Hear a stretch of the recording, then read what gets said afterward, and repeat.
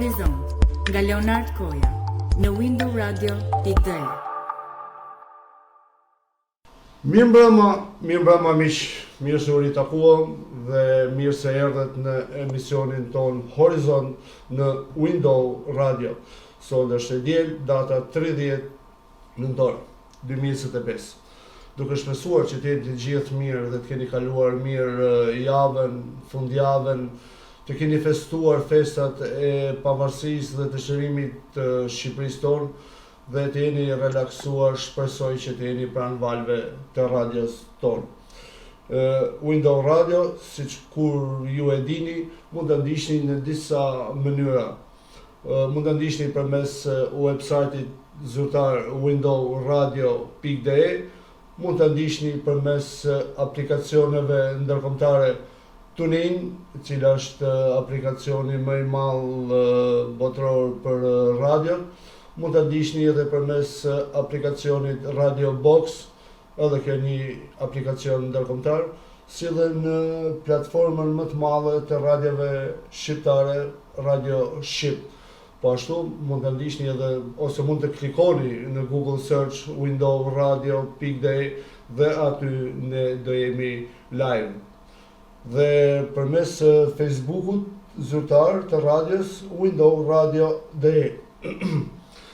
Kështu që, sikur e dini, çdo emision ditën e nesërme do jetë i regjistruar dhe do jetë në YouTube, në faqen zyrtare të radios Horizon Window Radio.de, po ashtu nesër në drek do jetë ritransmetimi i emisionit. Pra kjo është disa nga mundësitë që ju mund të na ndiqni dhe mund të argëtoheni me muzikën që ne përzgjellim, sepse për vetëm emisioneve të mbrëmjes në Window Radio ka 24 orë muzikë të përzgjedhur nga stafi jon. Unë do të falenderoj dhe të përshëndes edhe teknikun që është Bledi, i cili ndihma e tij dhe përkushtimi i tij bën që çdo emision të jetë në standardin e duhur dhe unë të kem mundësi të komunikoj me ju. Të gjithë ju që jeni duke na ndjekur mund të dërgoni pyetje përmes rrjeteve sociale për të ftuarit që ne kemi sonde në emision. Dhe të them të drejtën, sonde jam i privilegjuar sepse kam përveç se të ftuar të veçantë, por kam 4 zonja në bashkëbisedim dhe nuk është pak të kesh 4 zonja në bashkëbisedim. Kështu mos u çuditni edhe nëse unë ngel pa fjalë, sepse të bashkëbisedosh me 4 zonja është edhe bukur dhe mirë, por është edhe pak vështirë, por shpresoj që do ja dalim. Atëherë, sigur e keni parë edhe përmes njoftimeve që ne kemi bërë në rrjetet sociale, sonde kemi të ftuar shoqatën Emigrantët pa kufi në Padova, në Itali, ku me vërtet janë një shoqatë e re, nuk kanë shumë kohë që janë themeluar si shoqatë në Padova, por kanë bërë punë maksimale dhe janë përpjek maksimalisht për të ndërtuar dhe për të organizuar aktivitete për komunitetin ton atje në Padova. Atëherë sonde kam të ftuar Madiana Nuredinin, zëvendës presidentja e kësaj shoqate. Kam të ftuar Elona Zefi, aktiviste e kësaj shoqate. Të ftuar kam edhe Brikena Ylli, e cila është mësuesja e shkollës shqipe, sepse të nderuar miqtë, dje në Padova për herë të parë është krijuar ose hapur shkolla shqipe për të gjithë nxënësit dhe fëmijët e emigrantëve në Padova. Po ashtu kam edhe Florinda Kacagjeli, e cila dhe kjo një aktiviste, ose për më shumë do na shpjegoj edhe ajo vetë për pozicionet që ajo ka në Padova apo në shoqatën Emigrantët pa kufi. Të nderuar zonja, mirëmbrëma, përshëndetje. Mirëmbrëma. Tani, që të kuptohemi pak dhe edhe unë të orientohem, po dhe dëgjuesit të orientohen, unë do dërgoj një përshëndetje për secilin në emra të veçantë. Madjana, përshëndetje. Përshëndetje gjithëve. Mirë se më erdhe dhe faleminderit që më ndërove në emision. Mirë se ju gjetëm. Brekena Ylli, mësuesja e shkollës së parë shqipe në Padova. Mirëmbrëma. Mirëmbrëma, përshëndetje gjithë shqiptarëve dhe jam shumë e privilegjuar që sot jam në këtë intervistë dhe që të jem dhe mësuesja e gjuhës shqipe në Padova. Të jam mirënjohës që më ndërove mua në emision, por edhe për misionin shumë të bukur, por edhe të vështirë që ju keni marrë për të përcjellë gjuhën shqipe dhe për mos tu harruar gjuha shqipe tek fëmijët emigrantë në Padova.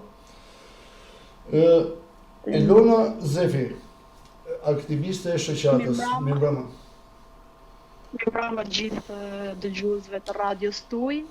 Faleminderit për mundësinë që na dhe këtë hapësirë për të folur për shoqatën tonë. Mirëmbrëma gjithëve. Faleminderit dhe mirënjohje që ju pranuat dhe të jeni në bashkëbisedim me mua dhe me audiencën tonë. Mirëmbrëma Florinda Kacagjeli. Mirëmbrëma. Kënaqësi dhe nga ana ime për pjesëmarrjen dhe ndihem e privilegjuar tas me ju. Respekte dhe mirënjohje që ju keni pranuar ftesën tonë. Të nderuar miq, pak a shumë para këto janë zonjat, secila ka përveç punës vullnetare, do thosha, sepse nuk është e thjeshtë dhe lehtë të organizosh shoqata apo të organizosh shkollë.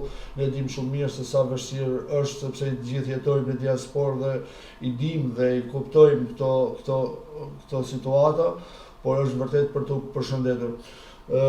Zonja Madjana, duke patur parasysh ju jeni zëvendës presidentja e shoqatës Emigrantët pa kufi, nëse mundesh një përmbledhje të shkurtër për aktivitetet e shoqatës tuaj, për angazhimet tuaja, pra si është mirëpritur shoqata juaj mes emigrantëve në Padova. Po, përshëndetje gjithëve. Atëherë, unë do të filloja i herë me një falënderim për të gjithë antarët e shoqatës sonë, sepse siç e thatë juve nuk është e thjeshtë të çosh përpara një shoqat. Janë të gjithë vullnetar dhe unë i falenderoj shumë. Kur menduam që ta themelonin këtë shoqat, patëm disa muaj diskutimesh midis nesh dhe vendosëm disa objektiva përse donim që ta krijonim një shoqat të tillë. Unë po të elenkoj, po të them vetëm disa prej tyre, por ka edhe disa të tjera. Ato më themeloret janë ruajtja dhe promovimi i kulturës së gjuhës shqipe, i zakoneve, i trashëgimisë kulturore, sidomos për ne emigrantët që jemi jashtë. E sidomos ajo e gjuhës për sa i përket fëmijëve të lindur e të rritur këtu në Itali apo kudo në përbot, që tashmë shkojnë në përshkolla të ndryshme, në përshkollat e tyre dhe ekziston ai rreziku i humbjes të gjuhës e të kulturës të vendit të origjinës. Pikërisht shoqata jonë një objektiv tjetër i ka dhënë vetes edhe forcimin e këtij identiteti kulturor. Dhe për këtë ishte një rezultat i madh për ne që dje arritëm të hapnim shkollën shqipe. Objektivi tjetër është ndërtimi i urave rritëse midis komuniteteve të ndryshme, sepse ne tani jetojmë në një botë ormai të globalizuar.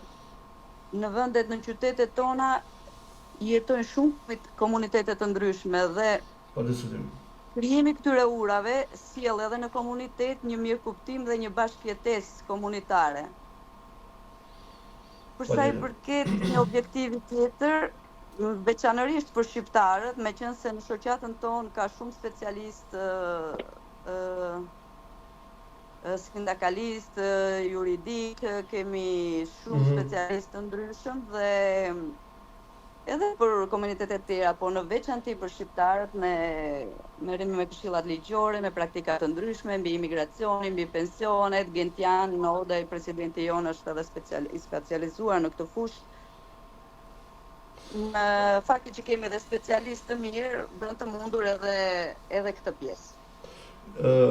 Unë Madjana të falenderoj, ju kërkoj djes që të katërtave që u drejtohen me emër, por më tepër për të krijuar një bisedë miqësore dhe një bisedë sa më të thjeshtë. Meqenëse jemi këtu, duhet të falenderoj edhe mikun tim që jeton në Suedi, zotin Ilir Dobraj dhe familjen Dobraj, që ne sonde jemi edhe në transmetim në Radio Minatori me qendër në Suedi, me të cilën ne kemi ndërtuar një plan marrëveshje bashkëpunimi mes dy radiove tona.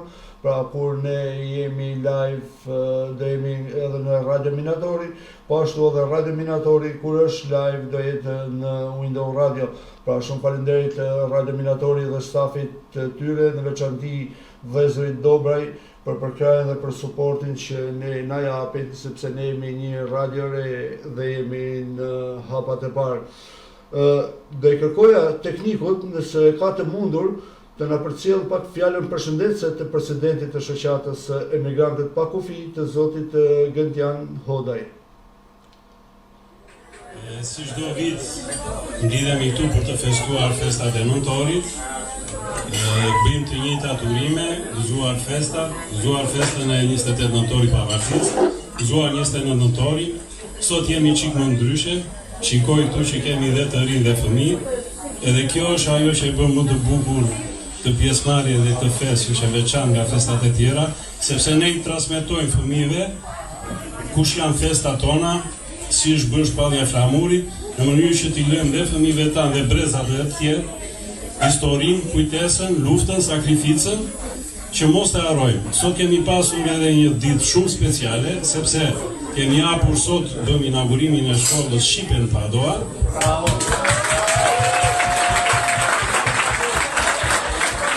Pas shumë vitesh, ishte e vetmja gjë që na mungonte, kishim na premtimin para 2 vjetësh kur jemi mbledhur për herë të parë si shoqat. Morëm impenjim dhe tham do ta bëjmë shkollën Shqipe, midis shumë përpjekje, luftë, burokraci, sot arritëm dhe inauguruam, kështu që suksese për shkollën Shqipe, suksese për fëmijët shqiptar, suksese për gjuhën Shqipe dhe gjithmonë të bashkuar. Jemi këtu midis mish shqiptar, nuk i them kosovar sepse jemi gjithë, jemi Seferi, Shemsiu, gjithë shokët tanë, miqtë tanë dhe zitan në Kosova, por sot, siç e tha Madjana, është një ditë speciale. Ne e përshëndesim zotin Hodaj dhe vërtet bravo qoftë, do të themi edhe atij për punën që bën dhe për angazhimin që ka bërë pra Gentiani gjithë ju dhe është vërtet për t'ju falenderuar për punën e palodhur. Por doja me qenë se Elona është aktiviste dhe si mas informacioneve që kam një fjalë, Elona ka bërë më tepër atë pjesën e komunikimit dhe kontaktit me prindër, me dëshirë për të patur shkollën Shqipe. Elona, si janë ndjerë prindërit apo si është pritur fillimi i kësaj shkolle?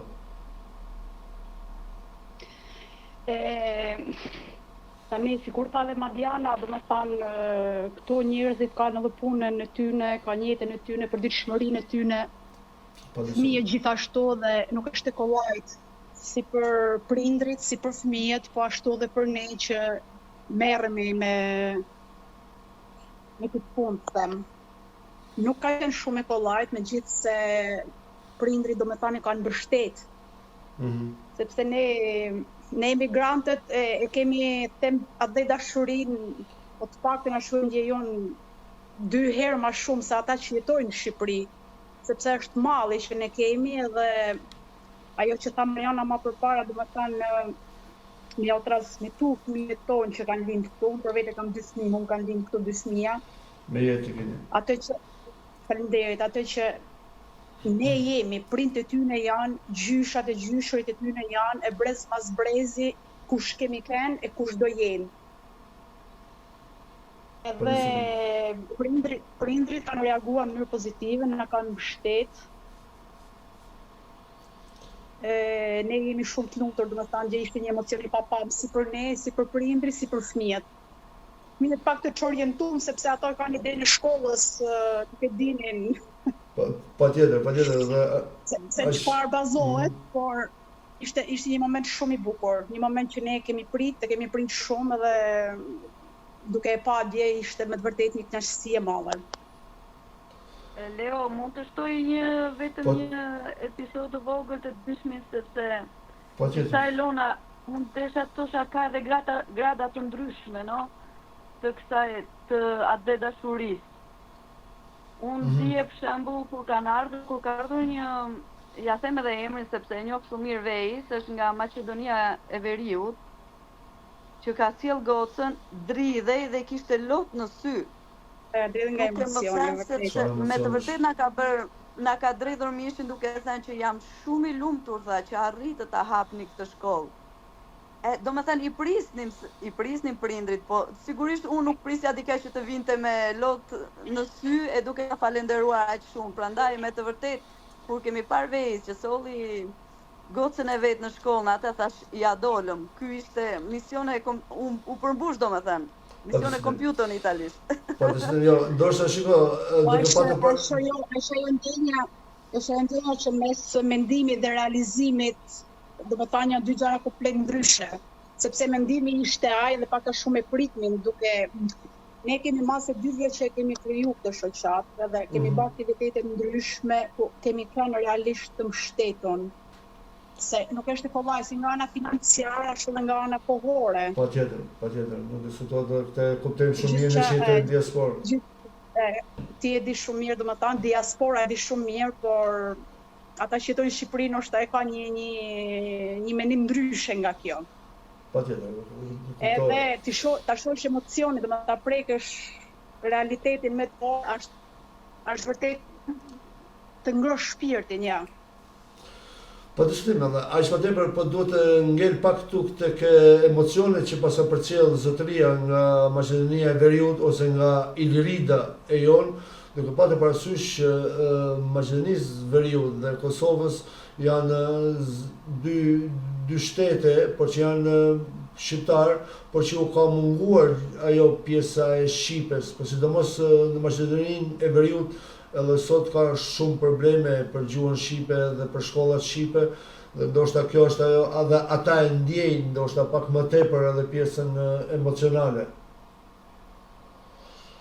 Po, kjo është e vërtetë, dua të prek edhe një rast, do të prek edhe një rast tjetër që gjatë aktiviteteve tona, domethënë të kthehemi te ndjenja e atë dashurisë dhe te Maqedonia, ta precizojmë te Maqedonia, te Iliradë, sikur thaj ti. Ne këtë verë, o këtë vjesht, nuk e majmen racën në matë madhe e dyta në Evropë, dhe me thate të Daval, bam një manifestim, ku kishim një orë gjysë kohë për vallet e kostumit të Shqipërisë, ishim në komunitet ndryshme, edhe erdhi një vajzë në Maqedonia, sepse një gjëj muzikë, ndaloj aty dhe kur vumë vallën e të pojës, aty ishte një vallë gjithë përfshirëse, sepse u futën komunitetet e tjera, u futën turista që po kalonin rrugës, italianë që ishin në xhiro, edhe kësaj vajzës i ranë lot në tokë dhe tha, nuk e di sa vite kishte ajo në Itali, por keni ba realitet, tha, ëndrrën teme më të madhe. Dhe ishte për të vërtet, kjo do më thamë si kthejmë prapë ajo që ta ngrosh shpirtin edhe të jep ma kuraje, ma të vazhdu, domethënë. Patjetër, sepse kur e shikon që të tjerët marrin emocion nga puna e jote, është vërtet diçka që edhe vetë përmbushesh, ndihesh mirë sepse ke arritur atë që ndoshta të tjerët edhe nuk do kishin menduar apo e kishin menduar pak më ndryshe. Por do doja, sepse po më rrin shumë heshtur zonja Florinda, dhe do doja që të përfshihej pak edhe në bisedë Florinda. Florinda, diçka ju për veten, diçka për punën, për shoqatën, për shkollën? Unë jam unë infermiere me profesion dhe bëj pjesë të shoqata e emigrantëve. Jam shumë e gëzuar dhe e mësume edhe për internetin, por edhe për shkollën që u hap.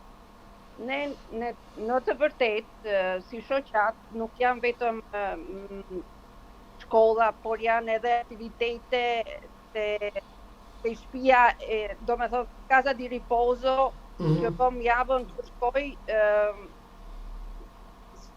thuhet Shtëpia azil, te azili i pleqve, dhe atje, pavarësisht se pleqt nuk dishin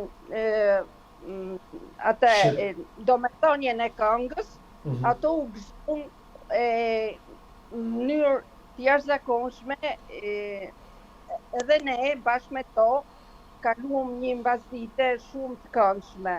Dhe kjo është një, si thush, një motiv më shumë për të përhapur traditën dhe këngët e vallet tona që janë të mrekullueshme. Po më duket shumë interesante edhe kjo lloj mënyre gjetje, sepse të shkosh tek shtëpia e të moshuarve, duke patur parasysh që janë të moshuar italian dhe kanë, me fjalë ndoshta nuk kanë patur edhe shumë njohje me kulturën, me vallën shqiptare, por kjo gjetje, kjo ndërthurje, po më duket shumë interesante. Si u prit nga të moshuarit?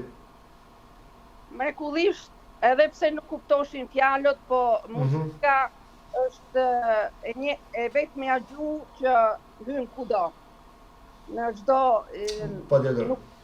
zemër, në çdo person, dëgjon rrugës një këngë të pëlqen edhe e përsërit me veten. Muzika nuk ka nevojë për fjalë, ka gjuhën globale.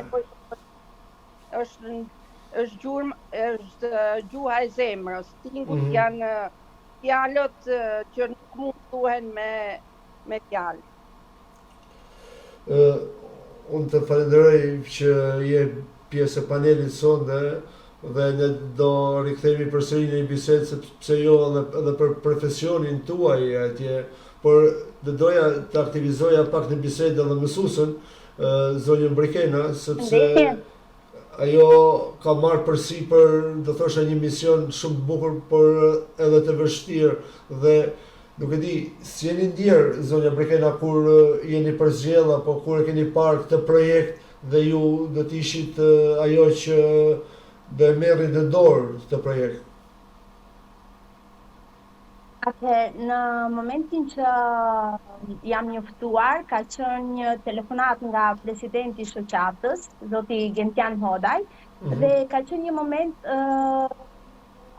darkë, ora 7:30, paka shumë, dhe kam qenë me fëmijët, kam 2 fëmijë, për të marrë një picë për një darkë shpejt, dhe në momentin që më ka bërë propozimin dhe më ka shpjeguar se si do funksiononte, pra që isha vullnetare dhe që kishin menduar mua si mësues të shkollës, jam lumturuar shumë dhe nuk e kam menduar 2 herë përgjigjen. Kam thënë absolutisht po, për mua është kënaqësi shumë e madhe. Dhe dje në momentin e hapjes së shkollës, kur shifja fëmijët që realisht nuk e prisja të ishin aq shumë si fillim, kam qenë, nuk e di, në më besoni, e bllokuar nga emocionet dhe sigurisht për mua unë e ndjej shumë mungesën e vendit tim dhe të kem një profesion ku të kontribuoj në vendin ku jetoj për të trashëguar traditat edhe për të mësuar fëmijëve të flasin shqip, po pse jo edhe të mendojnë shqip, pasi këtu kanë kontakt pjesa më e madhe vetëm me fëmijët vendas, apo janë të detyruar të flasin gjuhën e vendit ku jetojnë, pasi këtu studiojnë.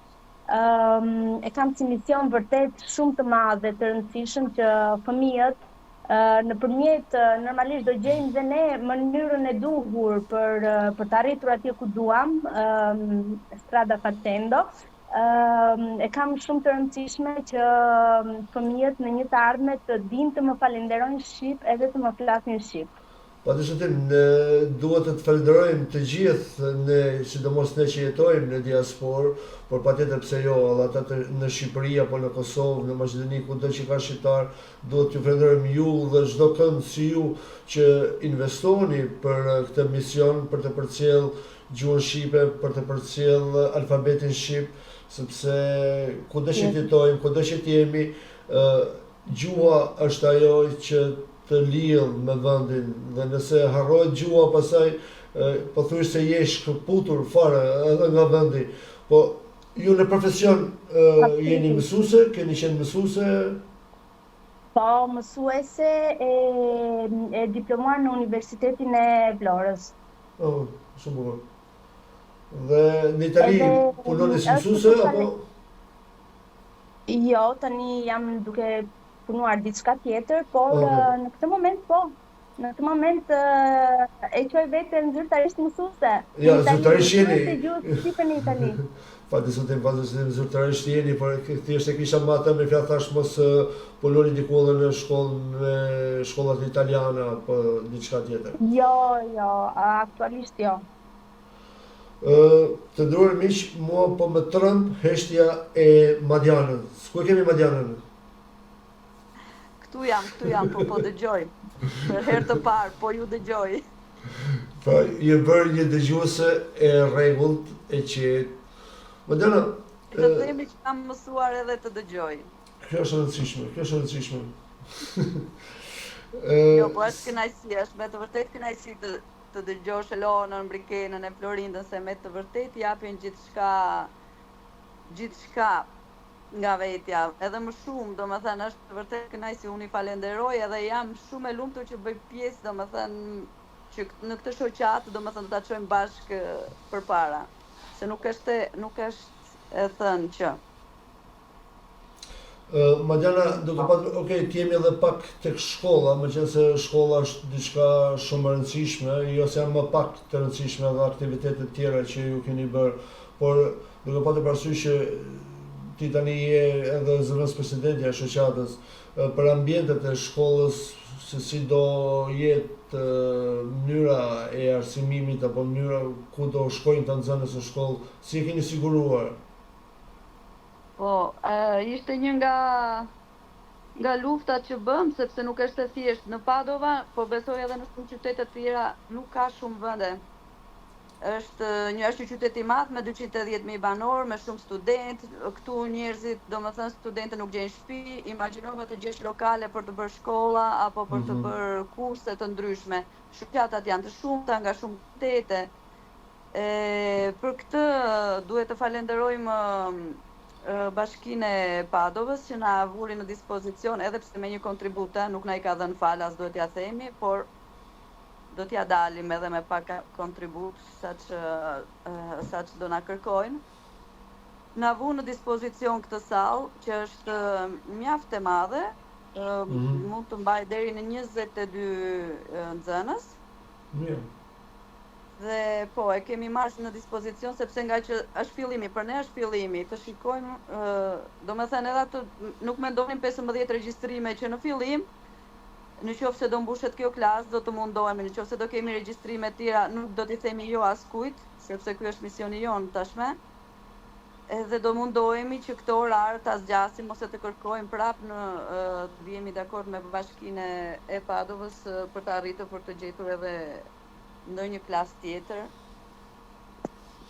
Ju kuptoj dhe... por nuk ishte e thjesht, domethënë, pikërisht kjo që na mungonte më shumë, sepse mësuesen ose të gjitha të tjerat i kishin, por të gjesh vendin ku të bësh shkollën dhe ta gjesh në një vend, domethënë, afër qytetit, jo larg, domethënë, ne kemi mund në mundësia e transportit të lëvizjes. Po, që njerëzit kanë, ne është shumë ka autobuse, ka trame, ka parkegje, domethënë e kemi gjetur pikërisht edhe prindrit, se nuk është thjesht si sa Elona që parë shkon në punë, hajde në punë, merr kalamanin, sille, merre. Domethënë u munduam që të gjenim një vend komod për të gjithë. Për të gjithë, edhe ja dolëm. Për këtë duhet të falenderojmë komunën e Padovës, po që me komunën e Padovës kemi edhe bërë shumë aktivitete ndryshme kohët e fundit, prandaj kemi edhe si shoqat jemi edhe e njohur akoma më shumë, na kanë njohur se më përpara, me qenë se më përpara na njihnin vetëm individualisht, tani njihemi në komunitet shumë edhe si shoqat. Shumë e rëndësishme për ne ishte ndihma edhe e konsullatës të Milanos, sepse librat na i kanë vënë në dispozicion falas nga konsullata, dhe unë përfitoj nga rasti të falenderoj edhe oficerën e parë të diasporës pranë konsullatës Milanos, që është Lulieta Çobanaj. E falenderojmë personalisht sepse ajo u aktivua dhe na i solli edhe jashtë, sepse ne e filluam tani, shkollat të tjera kanë filluar në tetor, ne jemi çik më vonë, por ajo arriti na i solli librat dhe falenderojmë pamas. Jo vetëm për punën që bëri me ne, por në komunitetin shqiptar ajo është shumë e njohur dhe të gjithë e dinë që bën çka është e mundur, sepse e ka me të vërtet pasion, jo vetëm punë, por edhe mision për hapjen dhe shpërndarjen e kulturës shqipe në diasporë. Prandaj falenderojmë. Të jemi sinqert, zonjën Çobanaj, edhe pse unë jetoj në Gjermani dhe unë kam has shpesh edhe këtu në rrethin tonë shoqëror që bisedojmë, që është biseduar që është vërtet një zonjë dhe që i rri shumë afër komunitetit shqiptar në Itali, dhe madje shpeshherë kam dëgjuar edhe xhelozi nga shqiptarët e Gjermanisë, që pse se kemi ne në ambasadën tonë në Gjermani një person të tillë, sepse edhe ne këtu kemi shkollë shqipe, madje ne kemi arritur që shkolla shqipe të futet, ose gjuha shqipe të futet lëndë me zgjedhje në shkollat gjermane, por fatkeqësisht ne duhet të sigurojmë tekstet dhe librat përmes shtëpive botuese, sepse ambasada e Shqipërisë në Berlin pothuajse është inekzistente në këtë drejtim. Okej. Shpresojmë që ambasada juaj në Gjermani të marrë pak shembull nga jona në Milano. Jo, siç është, sepse është vërtet e rëndësishme, domethënë, se për vetëm dëshirës prindëve dhe gjithë ato që prindë bajnë, komunitetet bajnë, kur bërthama nuk funksionon, është e vështirë, domethënë, që të degëzojnë. Po dyshim. Sepse ne këtu, që e thash, kemi arritur që të fusim lëndë me zgjedhje gjuhën shqipe në shkollat gjermane, pra nuk është se ne kemi një ambient ose mënyrën se si ju e keni gjetur në Padova, por ne kemi futur lëndë me zgjedhje ku mund të regjistrohet fëmijë shqiptar, turk, gjerman, kush të dojë, kush ke dëshirë, dhe mësuesin e paguan vetë shteti gjerman, por kemi has ato problemet me tekstet dhe me programet mësimore të Ministrisë së Arsimit. Madje Ministria e Kosovës është shumë më prezente, Ministria e Arsimit të Kosovës, konsullatat e tyre janë më shumë prezente dhe janë më shumë bashkëpunuese, kurse fatkeqësisht ambasada shqiptare në Berlin lë shumë për të dëshiruar dhe shpeshherë hasin probleme në këtë drejtim. Dhe kjo është për të përshëndetur vërtet shumë zonja Çobanaj, konsullata Milanos, për gjithçka çfarë bën dhe për suportin që i jep gjitha shoqatave shqiptarëve atje në Itali. Elona, meqense ndërhyre në bisedë, do më thuash diçka për aktivitetet e shoqatës, meqense ju jeni aktiviste tani, me çfarë aktiviste merrin më shumë, me fëmijët, me gjininë femrore, me prindër, me ku diun? Po tani prindërit kanë gjini femrore dhe maskullore. Ja, kisha prindër të përfit dhe kisha tek pjesa e shkollimit. Ishte shaka kjo inja. E ka fjalin për ligjin. E di. Jo, unë merr me pjesën kulturore. Unë kam shumë merak, domethënë, që të transmetoj, domethënë, fëmijëve që janë këtu, me qëra fjala se shkolla jonë dje kishte një intervistë me një televizion lokal aty, ku madje në intervistën e saj, domethënë, tha që është e hapur edhe për komunitetet e tjera, kushdo kjo është ato që don me ditë më shumë mbi kulturën dhe gjuhën shqipe, janë të mirëpritur. Një objektiv i joni është, se dola pa nga tema, është janë arbëresht. Shumë më bukur do ishte kjo. Madjana ka kontakte me një shoqat arbëresh në Padova, edhe ato domethënë do jemi në proces të punës për për t'i sjell nga ne, domethënë nga kjo shkolla jonë që kemi hap dje. Unë merr më shumë pjesën e kulturës, domethënë që t'ju tregoj se kush janë zakonet tona. Ne jemi një shoqat që jemi nga veriu në jug, jemi shumë krahinor, jemi gjithë krahinat. Kemi një bashkëpunim vërtet admirues mes nesh, me gjithë vështirësinë e dialekteve. Të muzikës nga i herë, por kemi një bashkëpunim të vërtet perfekt. Domethënë jemi një familje e madhe. Ne veriut këngët e jugut i kërcejmë. Të atë jugut e kanë problem me këngët tona. Mund them se të shoqata jon jo. Okej. Ne të jugut i kërcejmë shumë mirë këngët e veriut, edhe me shumë kënaqësi. Po mirë, ballën e tërpojës, kuksit, këto i kërceni ju, po kur jo punën për të tjera... Po s'ka rëndësi, edhe Leo edhe pse vallën e tropojës e kërcejmë si Napoleon, prapë e kërcejmë. Po mirë, e rëndësishme pjesëmarrja. E rëndësishme, sikur the edhe ti vetë, e rëndësishme është pjesëmarrja, domethënë ajo dëshira për mos të evidencuar domethënë se kush është jugu dhe kush është veriu. Është pak si ajo që kur tha Florinda, domethënë kur më kontaktu nga shtëpia e pleqve, nëse ishte mundur ne si shoqat merrnin pjesë ashtu, unë njoftova Dianën edhe pranuan të gjitha domethënë me kënaqësi, edhe si ishte diele, mazdreke, ditën e diele gjithë duke qenë familjar, domethënë kemi pak për t'ja dediku familjes, punëve tona personale, gjithë domethënë ishtë disponueshëm, erdhen, edhe kjo puna e muzikës e jugut e veriut, pak si ajo që kur tha Florinda për pleqt, për të moshuarit të shtëpia e pleqve, të azili, edhe se ata nuk e kishin idenë domethënë se teksti, rryma, muzika, por ishte bashkë ajo ndjenja. Ishte bashkë e emocioni, domethënë, kështu është dhe... Muzika ka gjuhën globale, muzika për të sjellë atë emocionin. Bravo, është ajo ndjenja universale që i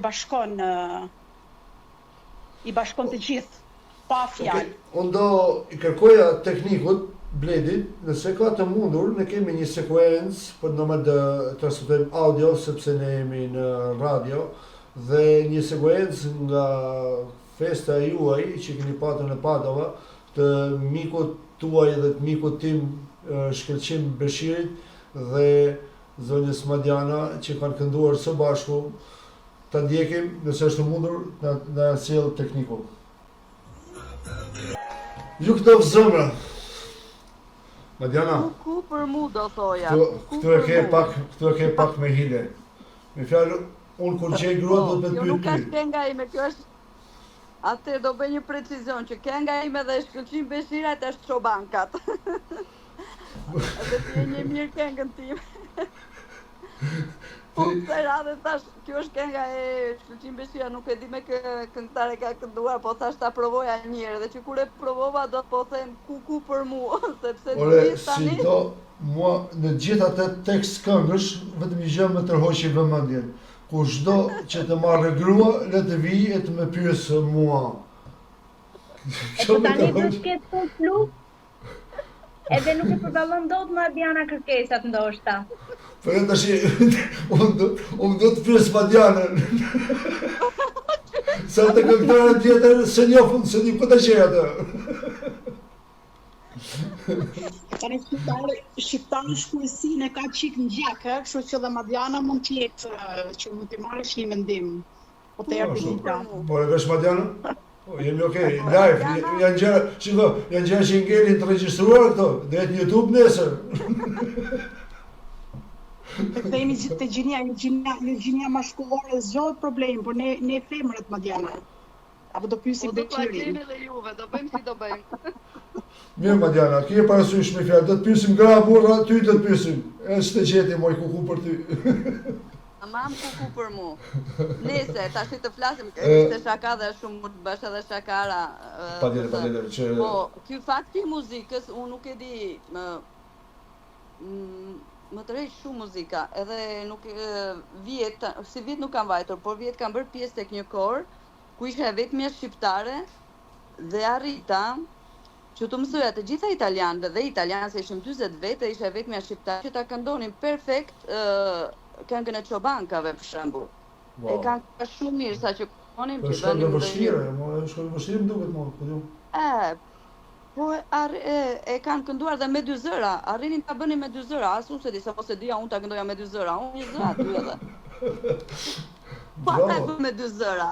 Kur edhe mua më kujtohet që kur kemi vajtur, kemi kënduar këtë në një shesh, ka ardhur një grup shqiptare dhe po i merrte tër faleminderit e po fliste shqip të tërve. Nga ini mor bire, nga vini mor bire. Unë arse shqiptar italian, edhe mbi të shokuar. Dalim te Florinda, pra që muzika ka gjuhë universale. Pa diskutim dhe me qenë se jo dhe përmendë Florindën, unë duhet i drejtohem Florindës, duke patur parasysh që Florinda tha jam infermiere. Florinda, ju jeni infermiere në spital apo me këto, se di si thoni ju në Itali, po me këto shoqata që shkojnë nëpër shtëpia. Pra do doja kush private, nuk janë spitale private. Në spitale private, okej. Duke pas parasysh që ju e njihni shumë mirë edhe traditën shqiptare, problematikat e shëndetësisë shqiptare dhe atë italiane, si mendon është afruar ndopak shëndetësia shqiptare me italianën apo është akoma në atë amollinë e vet që duhet të paguash, po s'paguaj të s'ke asgjë? E vërtetë është kjo që thatë ju që në Shqipëri po nuk paguve, nuk shërbimin. Në Itali është pak më ndryshe, është pak më humane, që edhe në qoftë se ti je pa dokumenta në pronto soccorso, atje në urgjencë pranojnë. Është më humane. Ose kur ke nevojë, për shembull kur vinë në spitalin ton që nuk din italisht, kemi ne të ndihmojmë me përkthime. Se tani fal edhe liberalizimit vizave, shqiptarët mund vinë të kurojnë edhe në Itali. Patjetër. Edhe shumë kush, sidomos pleq që operohen, ka nevojë jo vetëm për operimin, po për përkthimin, për bashkëbisedimin, për një fjalë. Kur marrin vesh që jemi shqiptar edhe shpirohen se sidomos vinë nga Shqipëria, bëjnë operacione dhe do të thonë se është më e kollajt, kush ka dokumenta në Itali, fëmijët i tërhiqin prindrit e smur e operojnë këtu. Kjo është një gjë e shëndetësisë italiane që është po thuj se në asnjë vend botës nuk është kështu, është gjithçka me pagesë. Kurse këtu është akoma ajo humaniteti i italianëve që pagun një shumë të vogël, po të operojnë në palet. Me fjalë është ajo tamam ai misioni human i mjekut i shëndetësisë. Po. Është akoma ajo asistenca sociale është më e mira, po themi në Evropë e Italisë. Kuptoj. Janë human, janë akoma me atë ndoshta nga që janë popullsia më shumë katolike e Italisë, ndoshta për shumë arsye. Kuptoj. Që unë doja ndoshta një pyetje specifike. Duke qenë se ju jeni vetë shqiptare dhe normalisht në spitalin ku ju punoni, sikur e thatë edhe ju, vinë shqiptarë dhe sapo shqiptarët e kuptojnë që kanë një shqiptare aty, ndjehen më mirë, ndjehen më qetë. Dhe do doja, për çfarë vinë më shumë të kurohen shqiptarët në spitalin tuaj? Aty bëhen operacione të gjurit, të leginit, pleq që janë ortopedi.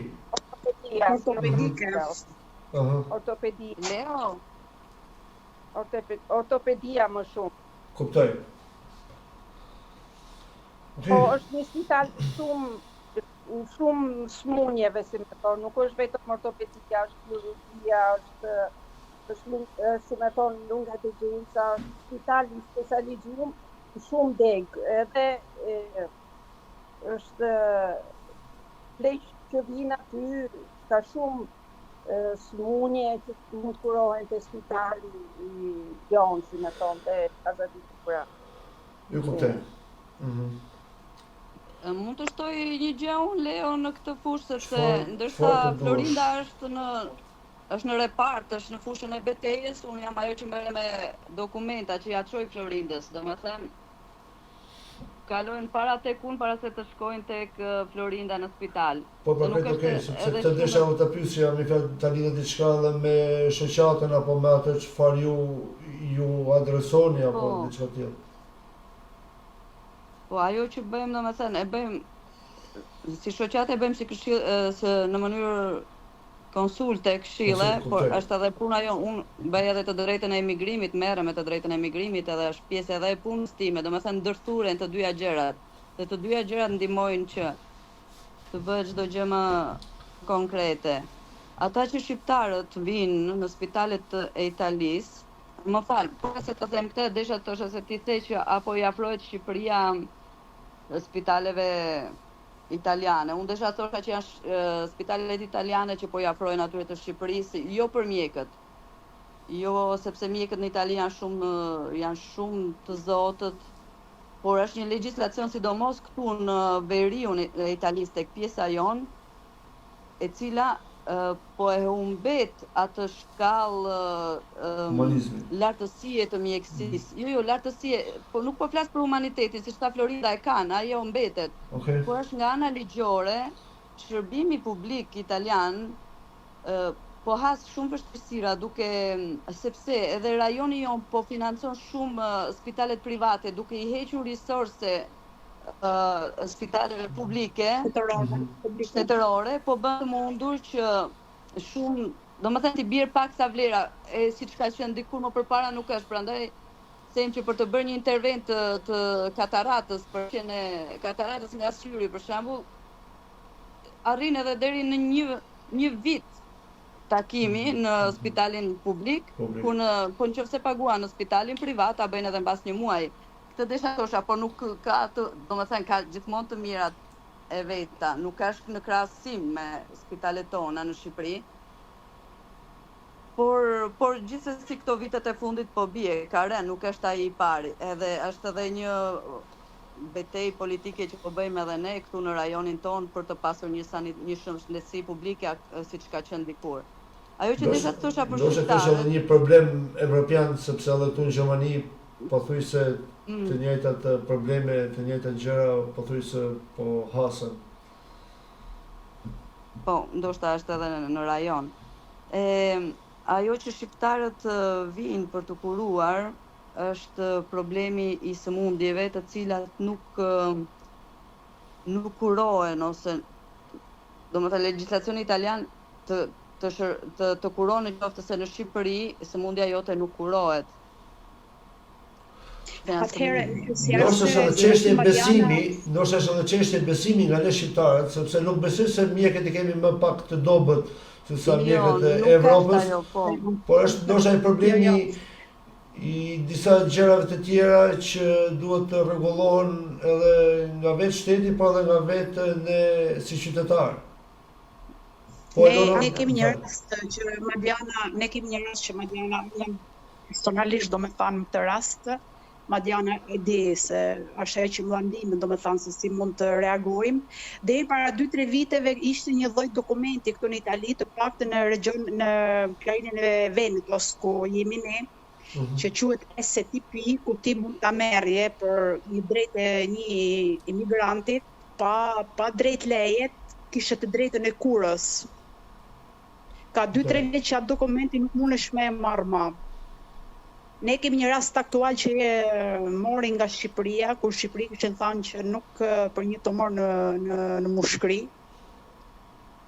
Nuk kishte asnjë lloj zgjidhje në Shqipëri, kishin thënë që po i vetmi vend, domethënë ku ti mund të kurosh është Padova, pneumologjia e Padovës. Ky personi na kontaktoi edhe arritëm domethënë në një mënyrë me e pru, me e ndihmu, me e kuru. Edhe si se kam bajt çdo ditë domethënë me mjekët me këtë personin, sepse do ndiqej me kemioterapi, me radioterapi dhe imunoterapi. Personin fjalë nga që kishte qenë 2 muaj i shtruar në spitalin Tiranë, ai edhe konfirmoi domethënë që mjekët tanë nuk janë më pak se mjekët këtu. Mungon të themi, mungojnë mjetet e punës, ata nuk kanë mjetet e punës. Është problemi, pra, mjetet e punës janë disa gjëra të tjera që se janë më pak të aftë. Kemioterapin që ai aktualisht po bë këtu, atje nuk ekziston, në Shqipëri nuk ekziston fare. Se ne po shohim shumë probleme edhe tek onkologjiku në Tiranë, për shembull, për problemin e ilaçeve, furnizimit me ilaçe, mungesa e ilaçeve. Dhe kjo është një problem thelbësor. Dhe këtu nuk besoj se është faji i mjekut, por është faji i atyre strukturave të larta, sepse të mungoj ilaçi, çfarë do bëj mjeku? Po, Leo, kjo është e vërtetë. Për thënë të drejtën, unë para se të vija të studioja juridiku në Itali, nuk e kam thënë edhe disa herë, ose ti e di, ose kush më njeh e di, kam bërë shkenca infermeristike në Shqipëri. Edhe ky fakt që mjekët tanë janë shumë, domethënë janë me të vërtetë për t'u admiruar, sepse unë e ndjeva, mbasi mbarova shkencat infermeristike aty dhe erdha të punoja këtu, sepse isha akoma studente, kam punuar, me thënë drejtën, në të njëjtin spital të Florindës 25 vjet më përpara. Punoja dhe studioja, edhe e kam dirë vetë ndryshimin, se si e bënte anamnezën një mjek shqiptar dhe një italian. Në qoftë të Nën Tereza, një mjek shqiptar të merrte të shikonte me sy në bazë të simptomave që kishte, në bazë të arrite fundit vetëm një ekzaminim i gjakut, si thon analizat e gjakut, arrite ta jepte diagnozën. Në Itali nuk ta jepin nëse nuk bëshin një sër, jo vetëm analiza gjaku, ekografi, analiza gjaku, tak, duhet të bëheshin të gjitha që ta arrinin në një diagnozë. Nuk ta japin ata. Biles kur ndonjëherë që thosha, sepse isha mësuar me mentalitetin shqiptar që e thoja, edhe më thoshin, i ke parë exam, i ke parë analizat, i ke parë gjitha? Jo. Atëherë mos fol. Po nuk është ndryshimi i vogël. Ishim me mentalitet tjetër. Patjetër, nuk diskutohet edhe sidomos ato vite 2000. Unë do ta falenderoj Elonën se në emër të shoqatës tonë, sepse po e ndjek nga afër këtë person, shkon vjen domethënë përveç gjërave të tjera bën edhe përkthimet në spital, sepse domethënë numri i Elonës është numri i urgjencës për spitalin, e marrin edhe në mes natës. Wow. Elona, do të falenderu publikisht, me fjalë, sepse nuk është një ndihmës e vogël, të prishesh edhe rahatin tënd, qetësinë tënde, familjen tënde dhe të jesh e papërtueshme për çdo kënd. Kjo është vërtet mirënjohje pafund, duhet nga gjithë ne shqiptarët dhe nga gjithë ata që po na ndjekin. Duhet të themi se rastet që faktikisht marrin janë vërtet raste dëshpërimi. Edhe të prishësh rehatin tane për këto raste, domethënë, nuk di unë personalisht e ndjej si minimum të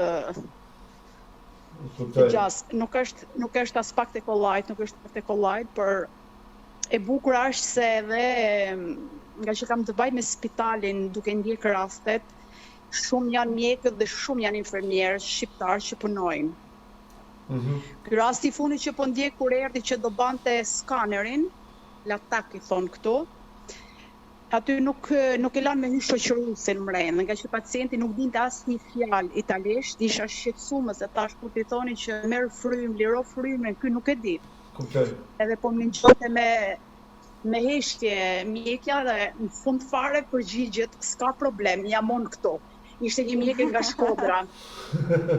Është shumë bukur. Mrekulli. Shumë ishte edhe veti smuri, domethënë unë ndjen shpi. Pa diskutim. Unë ndjen sigurt, unë ndjen shumë vetëm nga kjo fjalë. Pa tjetër, sepse të jesh i smur dhe të hysh në një rezonancë apo të hysh në një kontroll mjekësor dhe ti e di që nuk do kuptosh asnjë fjalë, shufishohet edhe stresi, por shufishohet edhe smundja ose ankthi, problemi. Ashtu është vërtet. Vërtet është. Po, Florinda. Ne jemi gjithmonë në shërbim, në shërbim familjes, në shërbim të shoqërisë, në shërbim të popullit, në spital, jemi gruaja është forcë e madhe, shumë pak kush e di këtë punë.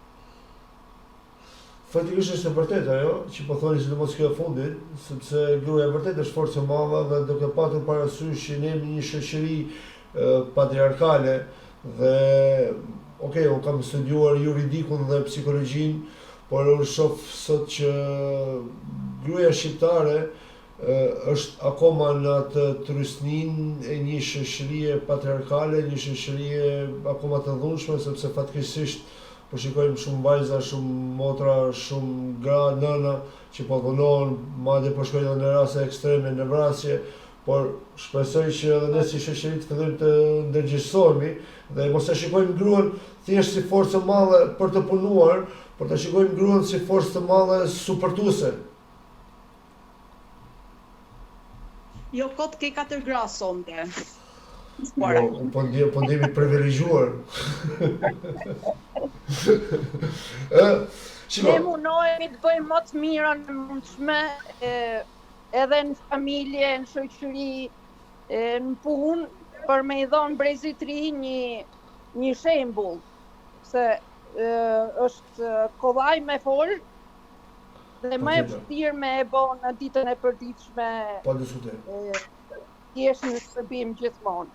Pa diskutim dhe thash pra, ne duhet sa të mundemi. Ne jemi dhe gra dhe nana dhe shoqe dhe psikologe dhe shofere dhe jemi gjithçka. Unë mendoj se jemi dhe brezi i fundit, do me thanë që jemi urlillse për brezin që po rritet këto, sepse ne nëse kthehemi mrapa në kot, menojmë ata që kanë bërë nanat tona, gjyshet tona. Mendoj se jemi brezi vetëm i fundit, dëshmia e gjallë, do me thanë se kush është nana shqiptare. Është vërtet kjo, sepse duke pasur parasysh që tani familja shqiptare është pothuajse sa janë në Shqipëri, pothuajse aq janë edhe në Perëndim, mos ndoshta edhe më shumë. Ne me grim. Po pra, dhe duke pasur parasysh që janë fëmijë të lindur këtu, të rritur këtu, dhe është vërtet ajo që ne me brezi aq sa të mundemi bëjmë atë urëlidhse me vendin tonë atje. Dhe në qoftë se ne çdojmë, nuk do ta kenë faj pastaj brezi i ri që vjen për të patur pikë lidhëse Shqipëri. Por fatkeqësisht, unë shoh edhe një këndvështrim tjetër, sepse vetë edhe politikat tona, qoftë Shqipërisë, qoftë Kosovës, po bëjnë shumë pak për të përthithur këtë emigracionin e brezit të ri, sepse kemi brez që parsimohet këtu, po shkollohet këtu, por ka shumë pak politika për të përthithur këtë brez që të mund të kontribuojnë për vendet tona atje, sepse nuk kemi më një emigracion ekonomik, sot po shohim dhe emigracion të trurit, emigracion të inteligjencës. Po, e vërtet është. Okej, të angazhojmë pak mësuesen. Këtu jam. Të kërkoj ndjes, sepse ndoshta Ishe duke dëgjuar me shumë interes dhe do të bëj dhe një ndërhyrje të asaj që Elona sapo tha. Ishte shumë e bukur që ne jemi uralidhse e traditës familjes shqiptare, pasi fëmijët tanë flas të paktën për vajzën time që pinë në shkollë,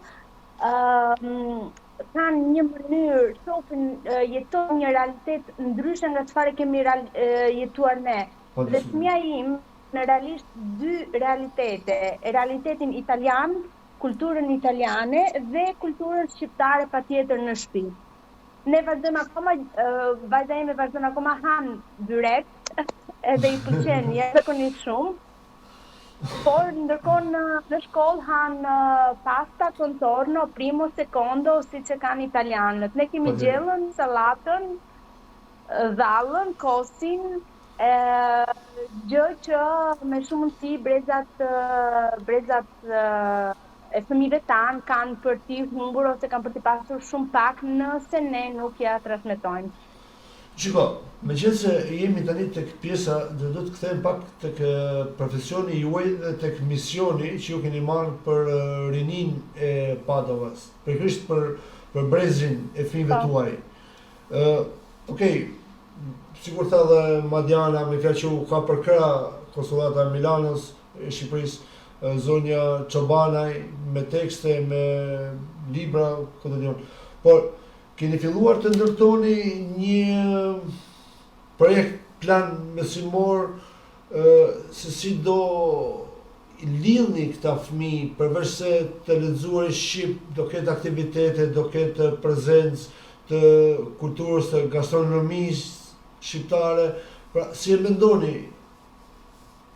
Atëherë, për sa i përket mësimdhënies, një projekt të vogël, mbasi kam parë edhe libra të dje, e kam në kokë, jo konkretisht, por diçka e kam menduar.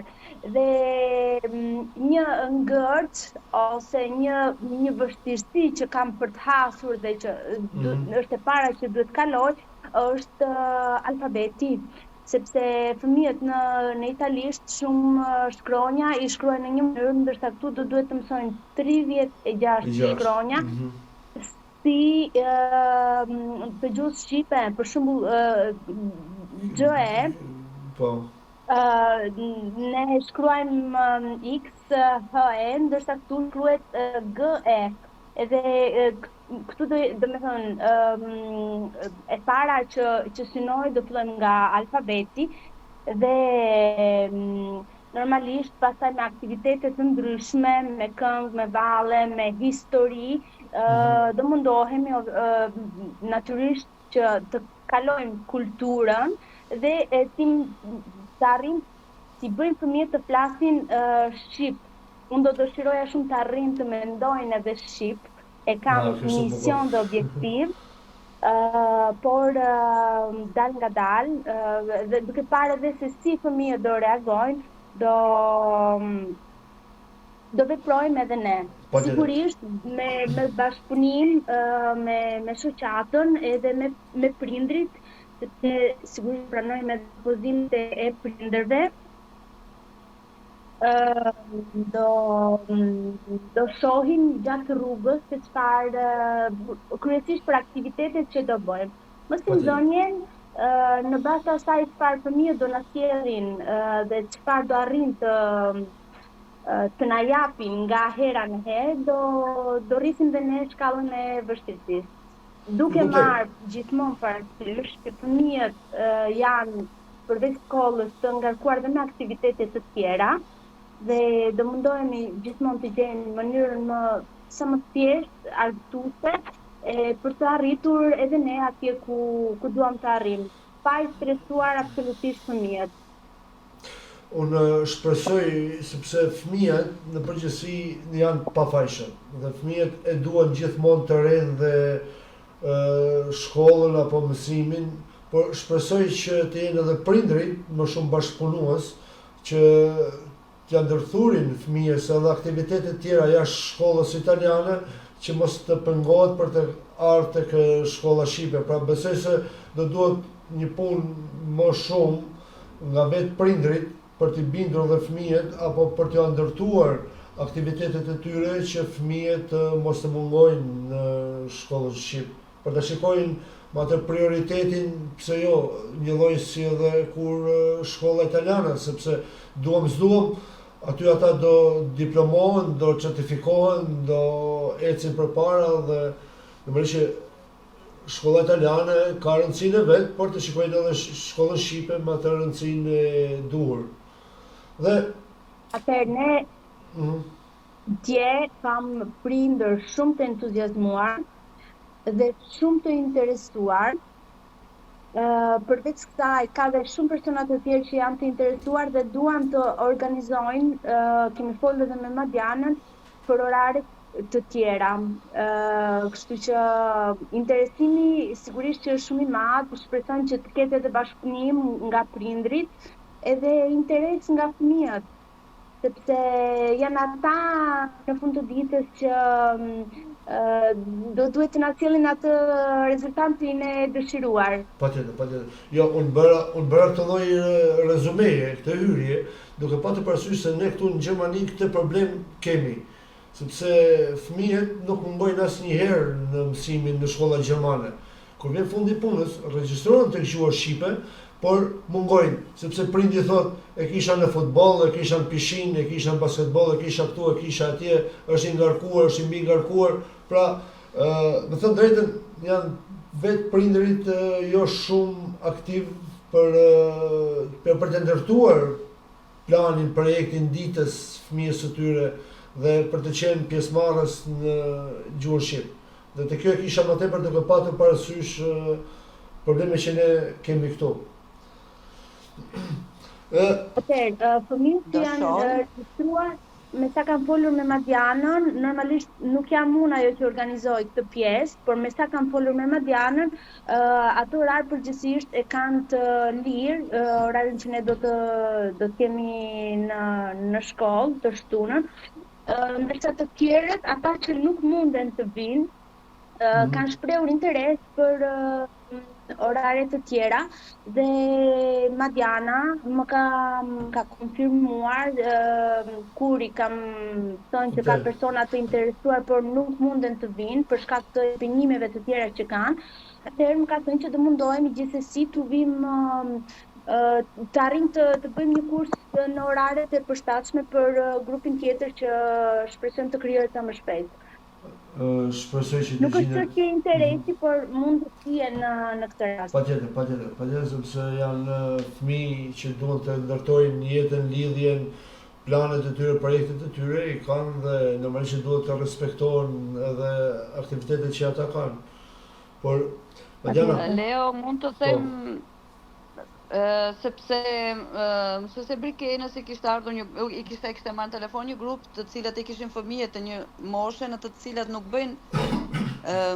bënin aktivitete paradite, por i bënin mbasdite, sepse ne të shtunave ose të dielave i kemi fëmijët o në futboll, o në basketboll, edhe ndahen, disa i bëjnë mbasdite, disa paradite. Në qoftë se Brikena ka marrë numrat e prindërve dhe në qoftë se bëhet edhe një grup i cili ka dëshirë ose që mundësohet sjellja e fëmijëve paradite, do flasim me komunën për të marrë edhe një sallë paradite. Këtë dëshëm. Okej. Të ndryshojmë pak temë. Dhe duhet të filloj me Elonën. Elona, me sa info unë kam, sepse shpeshherë unë kam bërë edhe shkrime për një zgjedhje tëndën me Madianën dhe ju përveç se jeni aktiviste në shoqatën Emigrantët pa kufi apo me emigrantët në Padova, ju përpiqeni në maksimum që të prezantoni veshjen shqiptare.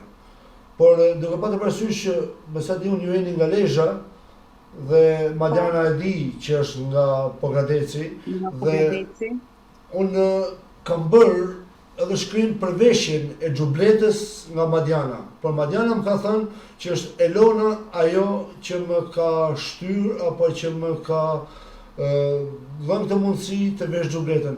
Tani, kush është ajo lidhja jote me xhubletën dhe si ndjesh që një nga juglindja vesh xhubletën, veshjen e Marsis Madhe që ka mbi 4000 vjet si veshje. Atëherë, unë jam nga Lezhë, po kam dy fate se unë në origjinë jam malësore, gjyshen, praktikisht nanën e babës e kam nga Vermuti. Nanën e babës, nana daje? Në gjyshet, babës, më falë, po. Nana daja është ajo e nanës. Po, kuptova, po gjova gabim unë, babë, nanë, gjova gabim. Kurse martume, unë jam në mirëditor, do me thënë, unë kam 2 veshje që i përfaqësoj, njënën e përfaqësoj shpirtërisht, do me thënë, gjubletën, kurse rrobën mirëditore është e dëshira, do me thënë, e imja që ta prezantoj edhe atë si veshje, por gjubleta më lidh shpirtërisht. Para rreth 2 vite, do të thënë, gjubletin e kemi të trashëgume, kemi në familje.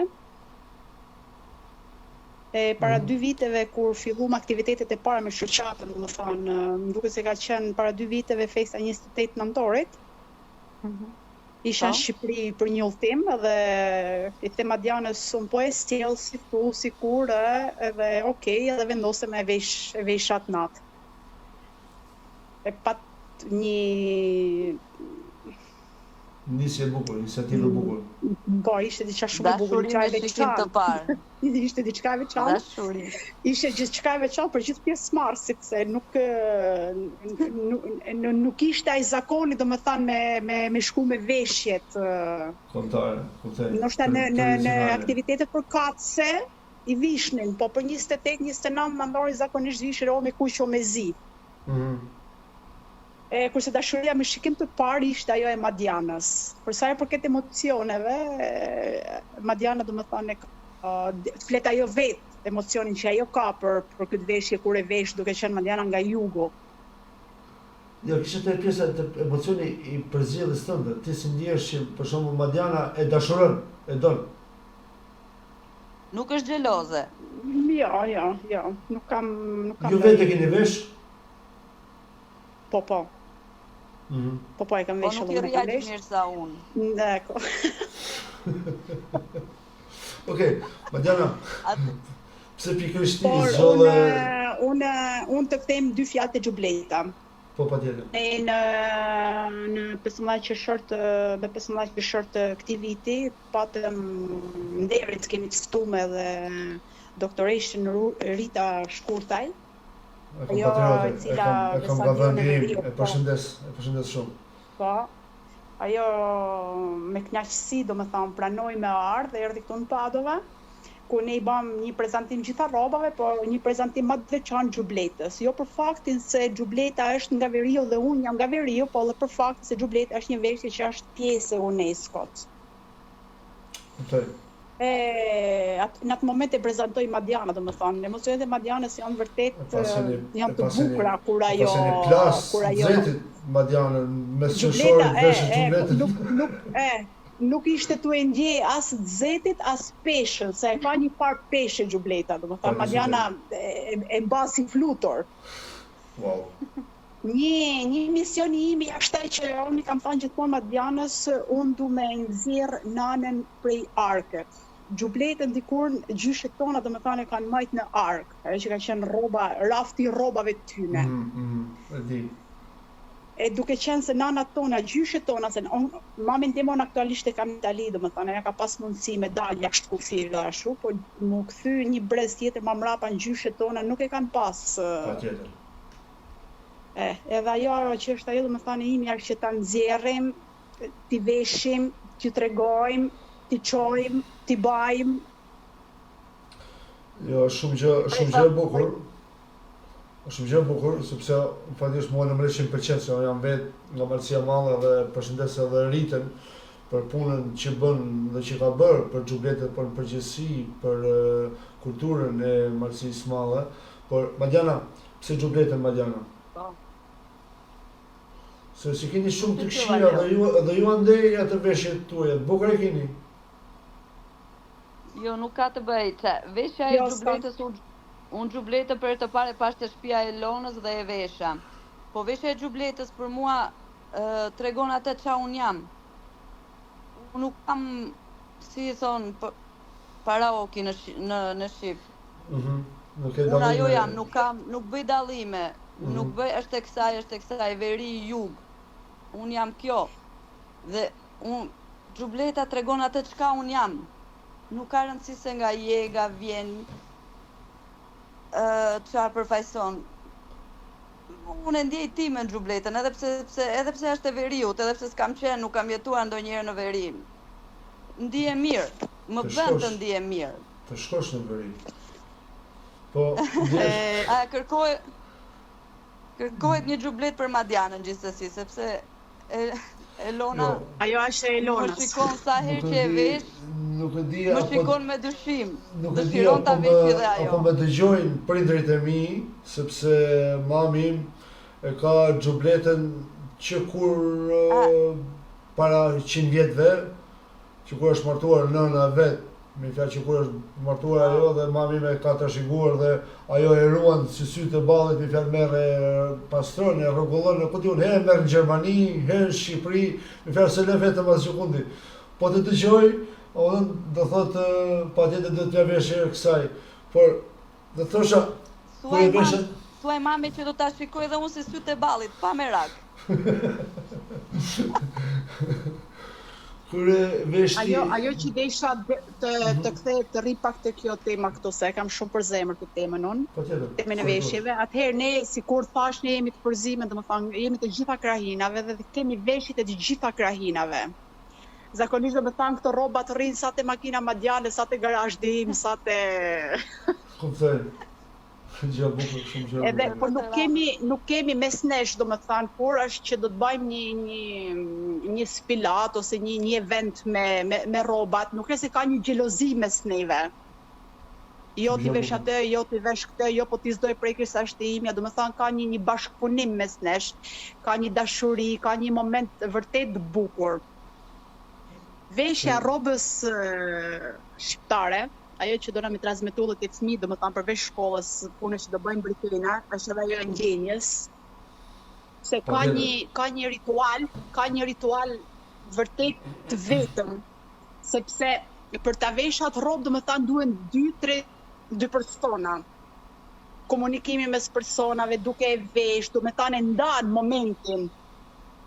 Nuk është vetëm i joti personal ai moment. Është edhe atyre domethënë që ty po të asistojnë, po të ndihmojnë me e vesh. Edhe kjo për mua është një moment shumë i bukur. Tani ti ndjesh mirë që asiston, se ndoshta ti je ajo veshtarja e Madianës. Ajo. Jo, unë për herë parë Madianës ja kam vesh xhubletën me video kiamat.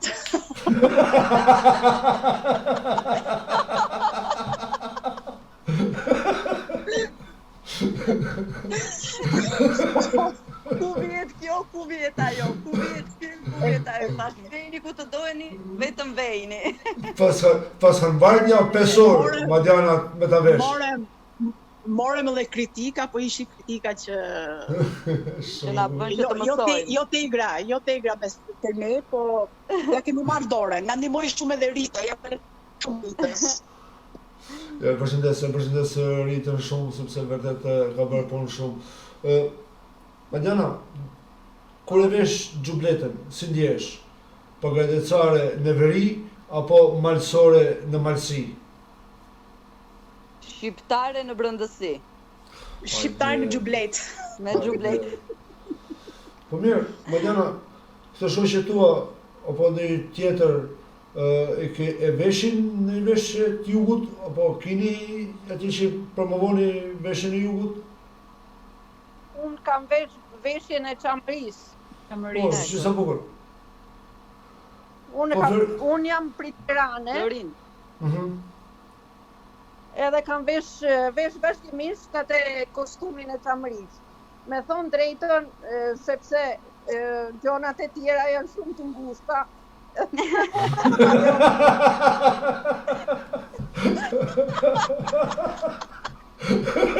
Me thënë të drejtën Leo, edhe kur ndahen rrobat, të gjitha ndahen, por xhubleta është e Madianës, që ato që ngelen Shumë bukur kjo. Po ju përmysit fjalën time moj gra. Thash ne bashkëpunojmë, ne s'kemi xhelozi. Ku majnë gratë se këtë?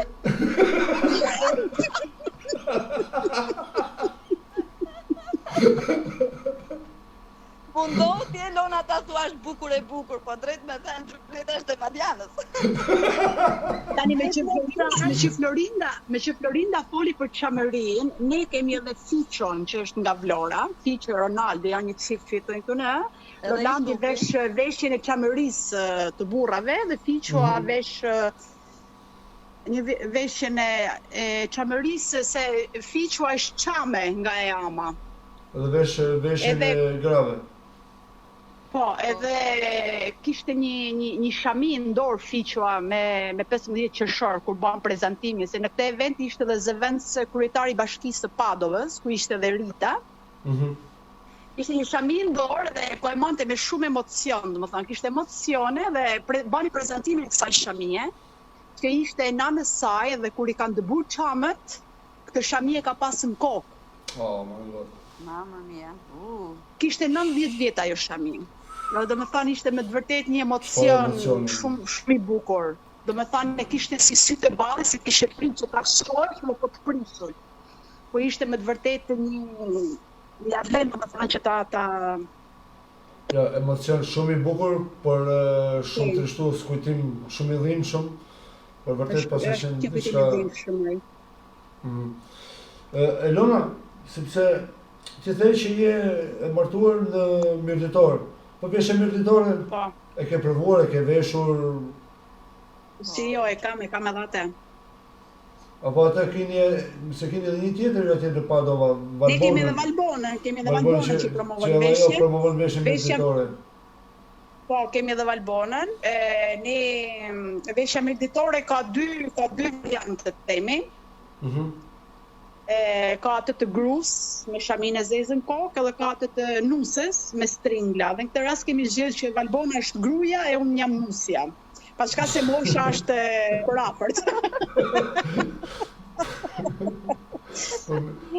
Kemi ndarë Leo na mungon kostumi burrit malsor.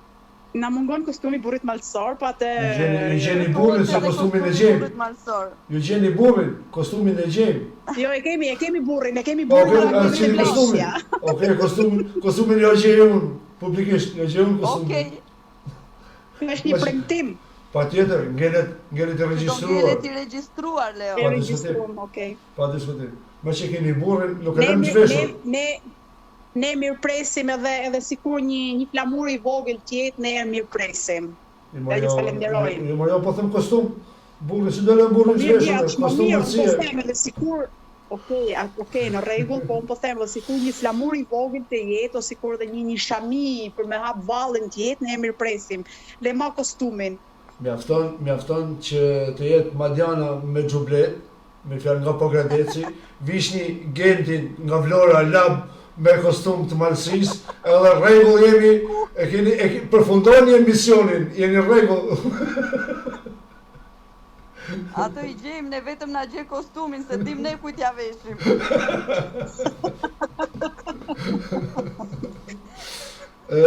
Bërkena, Prezente. Okej.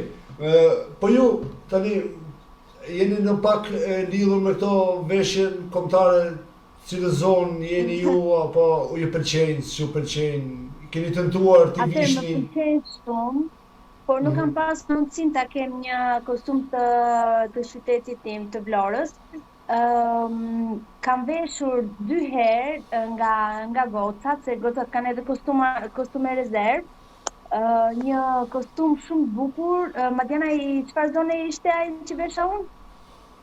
I Tiranës, si duket. Tiranë.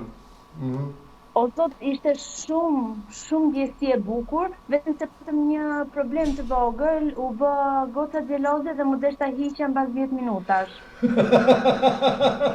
Sepse kur të blej kostum, patjetër duhet me ja marrë te gocës një, sepse goca e vesh, sa herë shkojmë në për aktivitetet e shoqatës, Elona dhe Madiana gjithmonë i veshin diçka, po edhe ndihet si cesh me ato që vendosen në kokë me moneda, që janë të zonës së veriut me sa kam kuptuar. Kuptoj. Por vetë nuk e kemi akoma kostumin e zonës tonë, do ta marr sapo të shkojnë në Shqipëri.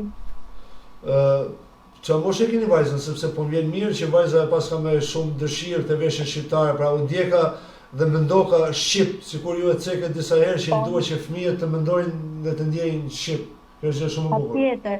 7 vjeçe, edhe është në klasën e 2 dhe vajza ime mëson shoqet e veta se si të kërcejnë në shqip dhe i mëson fjalë shqip. Shumë e bukur, shumë e bukur.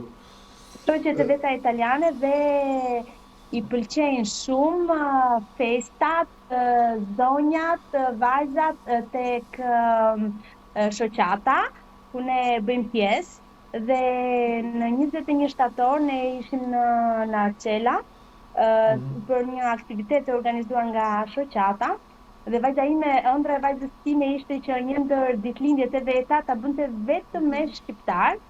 Dhe aty, ndër aktivitetet që bëheshin, i lajmërova që kishim dhe ditëlindjen e gocës edhe ja ka thënë gjithë shoqeve të veta, i shpjegon si këndojmë ne, si sillemi ne, si trajtojmë ne fëmijët.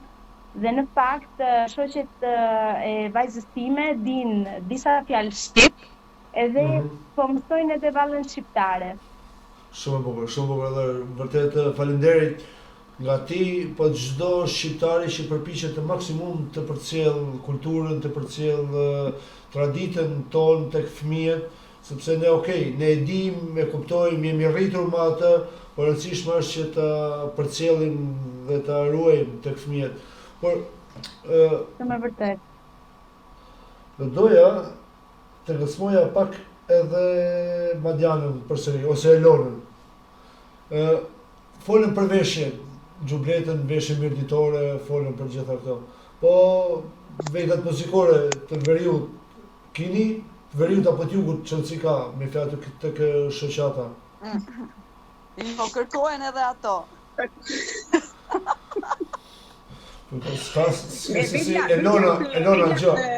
Elona me ty, nuk e se si ja vesh xhubletën Madianës, pa i vënë një çifteli në prerë. Jo, çiftelin e kemi sepse kemi Adrianin, kemi Sufin, kemi Elenën, jemi shumë të shoqata, tani t'ja përmendim emrat atyre se është drejt. Çiftelin e kemi, nuk kemi lahutën, më duket, lahutën nuk e kemi. Këtë vjesht, jo, këtë pranverë, kur u bën 15 qershor prezantimi kulturës shqiptare, e bam të mundur me ardhë nga, nuk e dija, Miloti, nga pazari Milotit. Po. Na erdhi Djepi, na erdhi Dybeku si i thonë të atë jugut, Shpini si i themi ne të veriut. Na folë si prej veriut. Qa djetë e Madiana, na erdhen krehrët për leshin, për të krejur leshin, furka për të qjerë leshin. Si kena thënë aty në Gërhan, në duket, Gërhand. Ajo është se nuk po mbite emri mu. Qa tjetër? Saçi apo Kakini? Jo, nuk e di Kakini, Saçi. Marcia Malla i thot Kakini. Bën burek, ne nga Pogradeci bëjmë lakrorin në Saç. Po pra, ju i thoni Saç, por ne Marcia Malla i themi Kakini. Kakini, se kisha dëgjuar ndonjëherë. Po mirë, po ty ka dalë. Elona s'ma ke mësuar këtë. Do mësosh? Jo, po nuk e di asun. Ja mësova. Elona prej veriu, po xhubletin e veshim me video kiamat.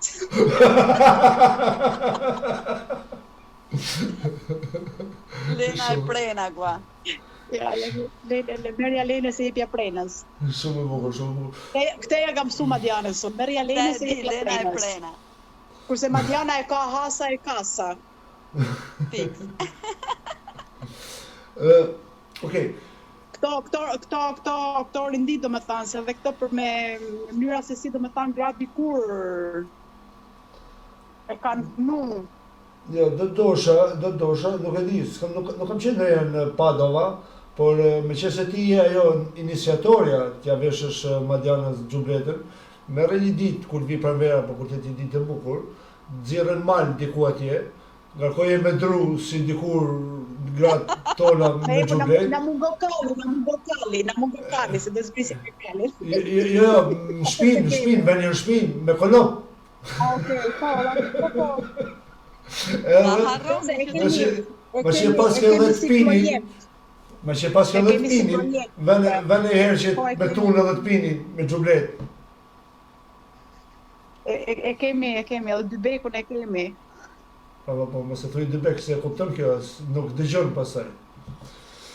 Okej, unë do doja pak, ju keni marrë pjesë Madjana edhe në disa aktivitete kulturore, ku keni marrë pjesë edhe keni fituar edhe certifikata për në disa, jeni rrisur disa antologji, kurse, ku diun. Që mund të thuash diçka për këto aktivitetet tuaja?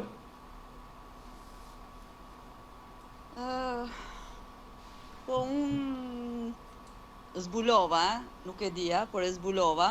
Shqyr. Të talent të fshehur që quhet shkrim.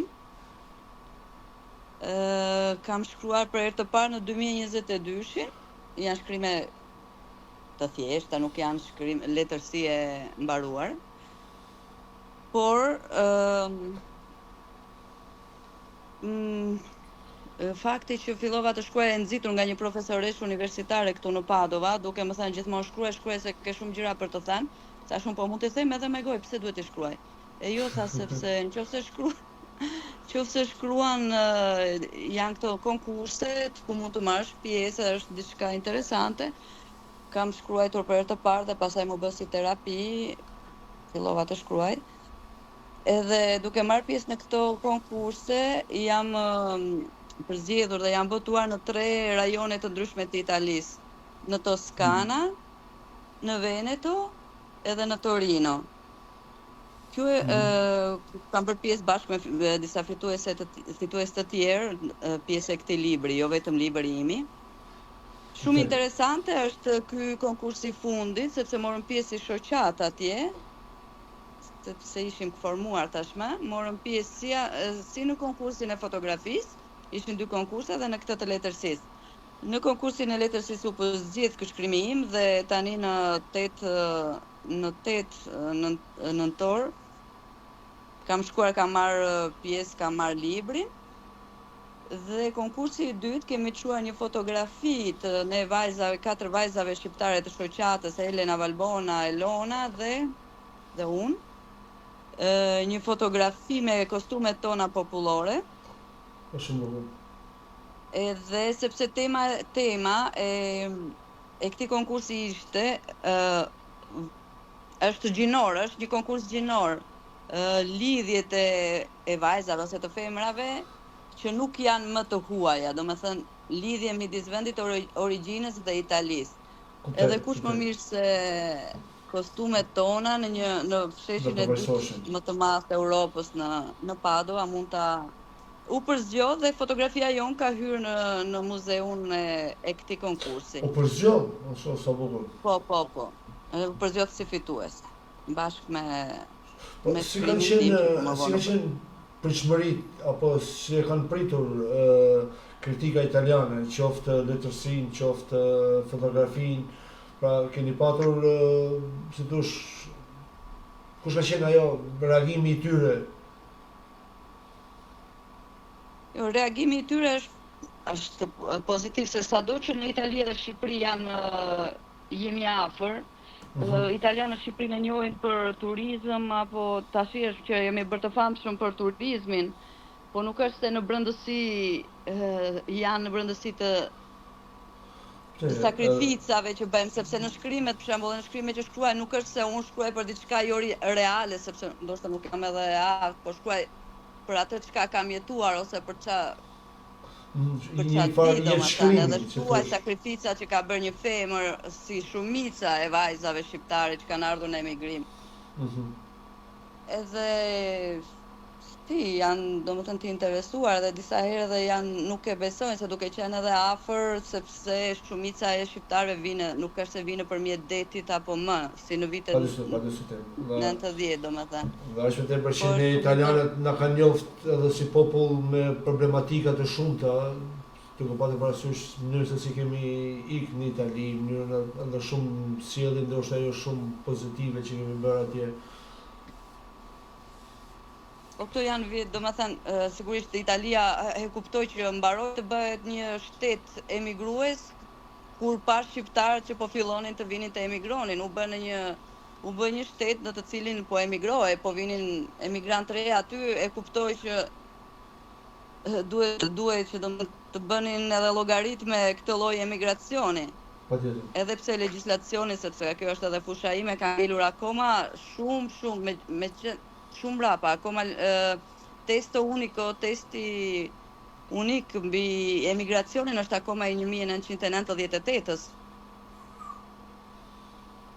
Që kështu duhet akoma e shikojnë akoma edhe sot emigracionin vetëm në këndvështrimin e sigurisë, e rrezikut. Ju nuk e shikojnë si një risors apo emigrantin akoma, dhe kjo është për të ardhur keq, sepse jemi akoma në 2025-ën. Këtë pasoj që ndoshta është në shumë shtete të Evropës ky problemi i emigracionit apo këndvështrimi ndaj emigrantëve. Por mund të them një gjë, me që jemi në emigracion, sepse duke qenë se ne jemi në një rajon ku është, domethënë institucionet udhiqen nga parti raciste anti-imigracione. Unë doja të sillja këtu, nuk e di nëse e keni lexuar ose në Shqipëri është lexuar, ka bërë bujkot fundit rasti atij shqiptarit që shpëtoi në Padova, që shpëtoi një italian që po mbytej në... Këtë doja të pyesja apo dhe të flisja me Elonën. Po, para se të flasë Elona, e cila është tjetër, domethënë kjo që dua të mbaroj mbi emigracionin është që Eltoni, ai çuni që u hodh për të shpëtuar jetën një italiani në bazë të institucionit rajonal që është anti-imigracion, i bie që të mos ishte këtu.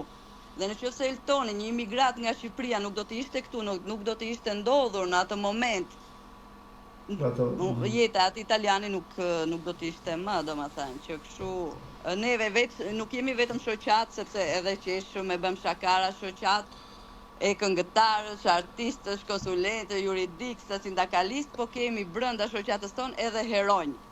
Edhe ai është Elton Zefi, që ka shpëtuar së fundmi këtë personin, dhe Elton Zefi është edhe vëllai i Elonës tonë. Prandaj po ta lë Elonën të tërë për ty. Jo, unë faktikisht më thënë të drejtën, Elona, jo se nuk e kam lexuar këtë emër, dhe meqense është vëllai jot, unë uroj me gjithë zemër jetë gjatë dhe të lumtur, dhe ai nuk ka ndëruar vetëm ju si familje, për gjithë shqiptarët, për guximin dhe për trimërinë që e ka treguar, dhe mirënjohje pafund, por kur po më thoshte Madiana sot, sepse unë faktikisht e kam lexuar nëpër portale shqiptare në Torino dhe jo Padova. Kur më tha Madiana sot që po flisja para emisionit, si thosh, unë ndjeva edhe si pa përgatitur për këtë, por që në thosh diçka për Eltonin, si jo ka shpjeguar ju në familja atë moment? Një ndër komentet më të bukura që kam lexuar gjithë ato ditë, domethënë që u bë një buje madhe mbi atë që Eltoni bani, ishte një koment i një zotërie që tha, ky djali tha nuk ndjehet hero, por është një hero. Shumë bukur. Ne shqiptarët e kemi pak në DNA-n tonë, domethënë që nuk jena tipa individualista. Kur ne ke individualist, domethënë nuk je i përveçshëm, ti e ve veten tënde domethënë dispozicion tjetrit. E vërtet. E mendoj se Eltoni domethënë se ajo është ndjenja e shqiptarit. Komuniteti jon domethënë do m'ju tregu italianëve që ka një perceptim shumë të gabuar mbi ne. Flas mbi rast të komunitetit tonë, po e kanë për gjitha komunitetet e tjera. Se ne nuk kemi një individ që e prish kosin. Ne jemi edhe këta. Eltoni nuk ndjehet një hero. Eltoni ka bate që mund ta kishte bërë çdo shqiptar. Rrezikoi jetën e vet faktikisht. Eltoni është djalë i ri, atë ditë ka bërë 32 vjeç Eltoni, është baba i 2 fëmijëve. O, me jetë o zot, me jetë. Faleminderit se për momentin timi ishte i shok, domethënë se ta i rrezikoi jetën e vet, po shkoi mirë gjithçka. Kanë patur probleme të veta. Bujës aq ishte. Aq ishte. Kishte interesim, tash okay, më fal, ndoshta nuk është pyetja dur, por kishte interesim nga pushteti i Padovës, pushteti lokal, nga mediat, apo kaloi kështu si hije? Nga mediat ka ba bujë të madhe, si Shqipëria, ashtu edhe në Itali, se kishte falënderime, faktikisht ishin nga institucionet më të larta të shtetit italian, edhe Meloni, po, Ministria e Mbrojtjes, ashtu edhe nga Shqipëria, nga kryeministri, nga ministra ndryshëm, televizionet, radiot, gazetat, bujën e bani gjesti. Ditën e premte ishte i ftuar te kryebashkiaku i Padovës, te Sergio Giordani, i cili i dha një certifikat mirënjohje për një medalje për aktin heroik. Kaq. Një falënderim nga zotëria që ç'a punë bën Eltoni? Kush është puna e tij, profesioni i tij? Eltoni punon me panela diellor. Me panela diellor. Me fjalë, më shumë gabim ai ka shpëtuar një italian që ka me makinë në ujë. Po, ran kanal këtu në Padovë, kanal Mbakilione, po. Ai po kalonte me furgon në punës për mikë të puna, kishte varë në re një grumull njerëzish. Ishin ndalu se vjen inspektive për të ndaluar çakanosë, mos kanë shtyp se është edhe një rrugë ciklistash. Pastaj kishte vure aty një grumull njerëzish që po njoftonin emergjencën, në zjarr fiksit, ambulancat, por asnjëri nuk ishte hell për ta shpëtuar. Wow. Ania, ajo, më fal, makina po lundronte, domethënë ishte të tërhek rrjedha. Eltoni erdhi në mënyrë instinktive, domethënë për rrobat e për ta shpëtuar. Në moment tash sjell një zotëri tjetër që ishte sapo kishte dalë në pension, po kishte punuar me forcat e rendit. Rrezikoi edhe ai një farë momentit të çposh videon, domethënë edhe ky zotëria nuk ja doli dhe hypi sipër makinës edhe fundosi komplet makinën, domethënë me gjithë Eltonin edhe me atë pasagjerin që kishte rënë në ujë. Po. Tash më fal, si ja doli të nxjerr personin nga makina, sepse në ujë është vështirë edhe të veprosh. Fati personit kishte qenë se xhami mbrapa i makinës kishte qenë pak i hapun. Xhami mbrapa i derës. Po, i derës. Edhe kishte arrit me ul manovelën, domethënë me fut dorën, me ul manovelën, edhe me nxjerr nga xhami mbrapa i makinës, masi makina ishte fundos komplet në ujë.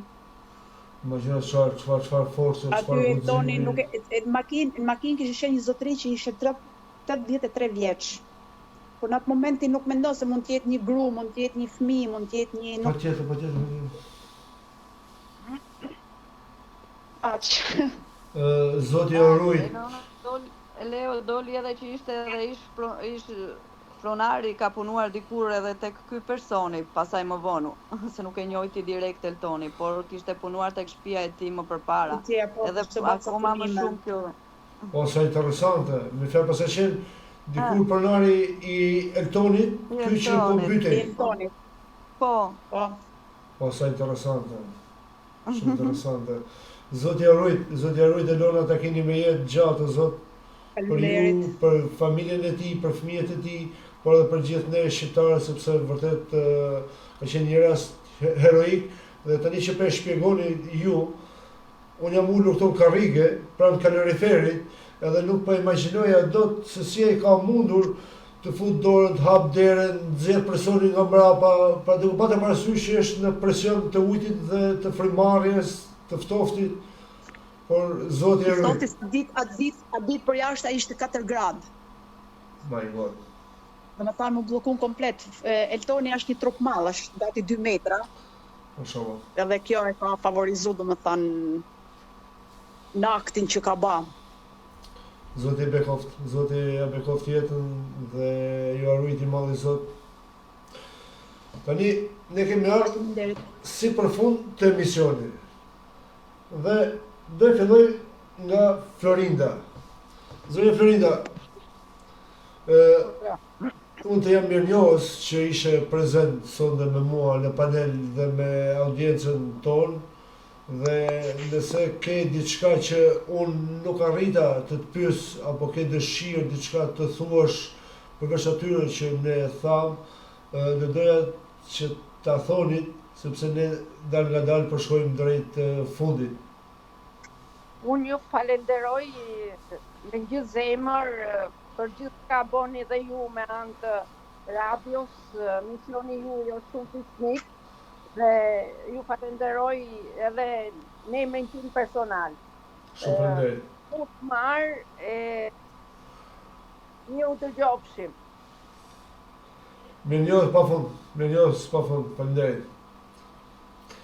Ecim me mësuesen. Mësuese, tashmë do jesh mësuesja e fëmijëve brezave në Padova.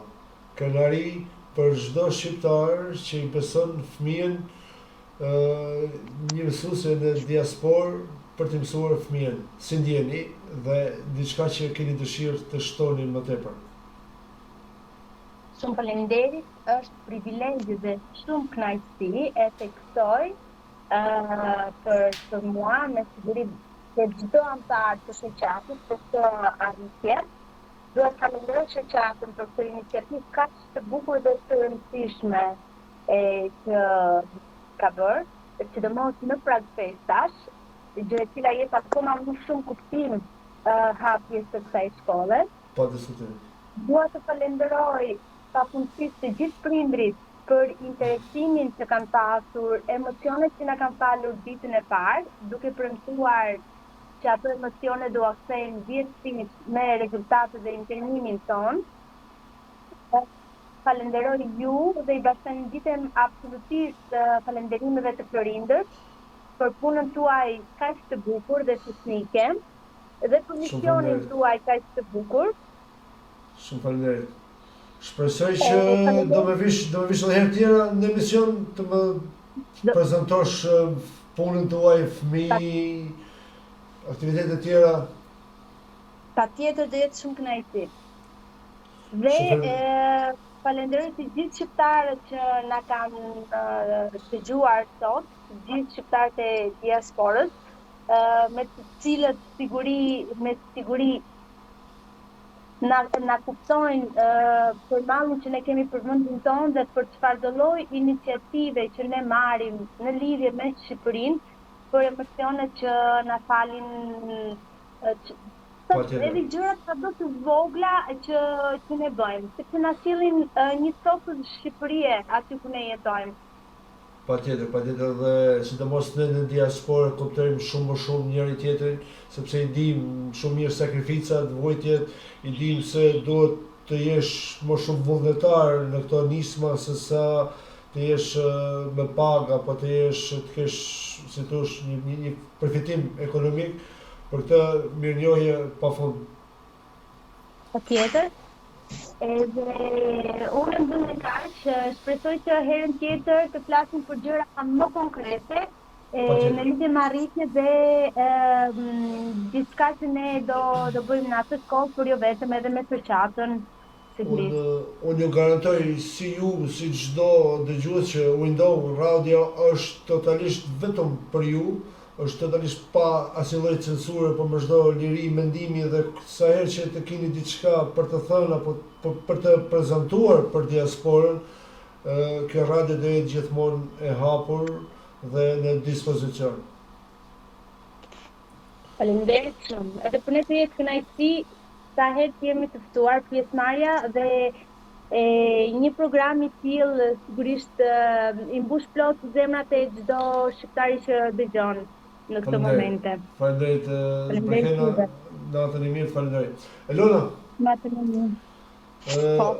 Folëm e çka nuk folëm, po çka lam pa fol, që ti mund shtosh. Çalam pa fol, do I flasim prap më përtej, po dhe unë po e mbyll me një falenderim. Po I bashkohem falënderimit që përcollën Florinda dhe Brikena. Edhe atij që do përcjellim Adriana Pasmeje. Po koliti që do thot Badjana, do shta Badjana Shan, apo prap se prap I bashkohesh asaj? Ja, I bashkohem edhe asaj, po atë e bëjmë privatësisht. Okej. Falenderoj ty për mundësinë që na dhe, për kohën që na dhe, por për faktin se edhe ti je një urlidhës, domethënë se I ndjekim programet e tua.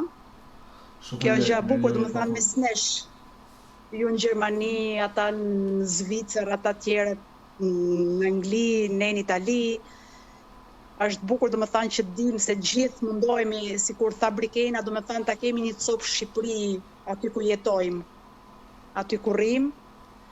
Faleminderit, suksese. Mirënjohje, faleminderit shumë për pjesëmarrjen tënde në emision. Edhe një herë ma përshëndet përzemërsisht vllajën tënd Eltonin, Zoti bekov dhe ruaj për kënaqërinë që na bëri gjithë ne shqiptarëve, por kryesisht për familjen e vet dhe për ju. Faleminderit. Badjana. Po. Tani si përfund, çfarë do thoje? Po Eltonin ta përshëndesun se Elona e ka larg, unë e kam në lagje, nesër mëngjes e shoh. Edhe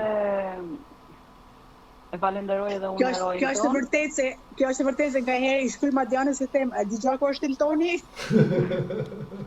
Jo, Zoti, Di më shumë unë se sa Elona, pero në rregull. Jo, Zoti për gjithë ne shqiptarët. Faleminderit. Ishte emocionuese dhe edhe Brikena ishte shumë emocionuar mbram për ta falendëruar Eltonin. Ja, në tilla raste nuk gjen njeriu edhe fjalë, sepse të duken shumë të pakta. Sado fjalë të mira të mëdha të gjesh, prap dukesh mangët në tilla situata për të falendëruar dikë.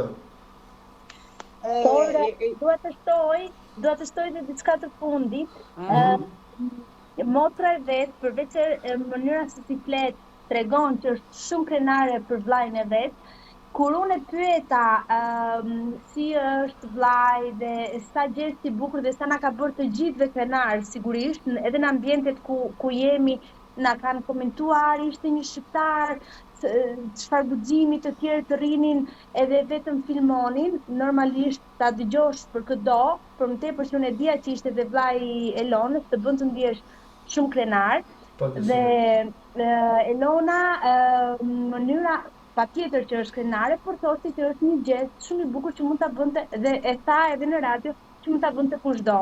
Në fakt nuk e bëri kushdo, ishte kushdo shqiptare. Kjo është modestia e një familje të mirë edukuar me një moral shumë të lartë, pra kjo përcjell atë se si kjo familje I ka edukuar këta fëmijë dhe shpresojmë që edhe fëmijët e tyre të rriten me këtë frym, sikur I ka rrit familja këta, Elonën, Eltonin dhe gjithë ka Elona, motra, vëllezër. Pra kjo tregon atë vlerën morale të një familje. Patjetër. Badjana, tek ti ngelem, përsëri fjala për ty. Atëherë, çfarë të thoja, unë doja të të falenderoja, faleminderit për këtë ftesë në emisionin tënd. Edhe doja të thosha në një botë ku ndërtohen vetë të mure, siç e tha Elona që edhe ju jeni një urlidhse në diasporë, unë doja që të kemi sa më shumë ura lidhse midis neve shqiptarëve të diasporës.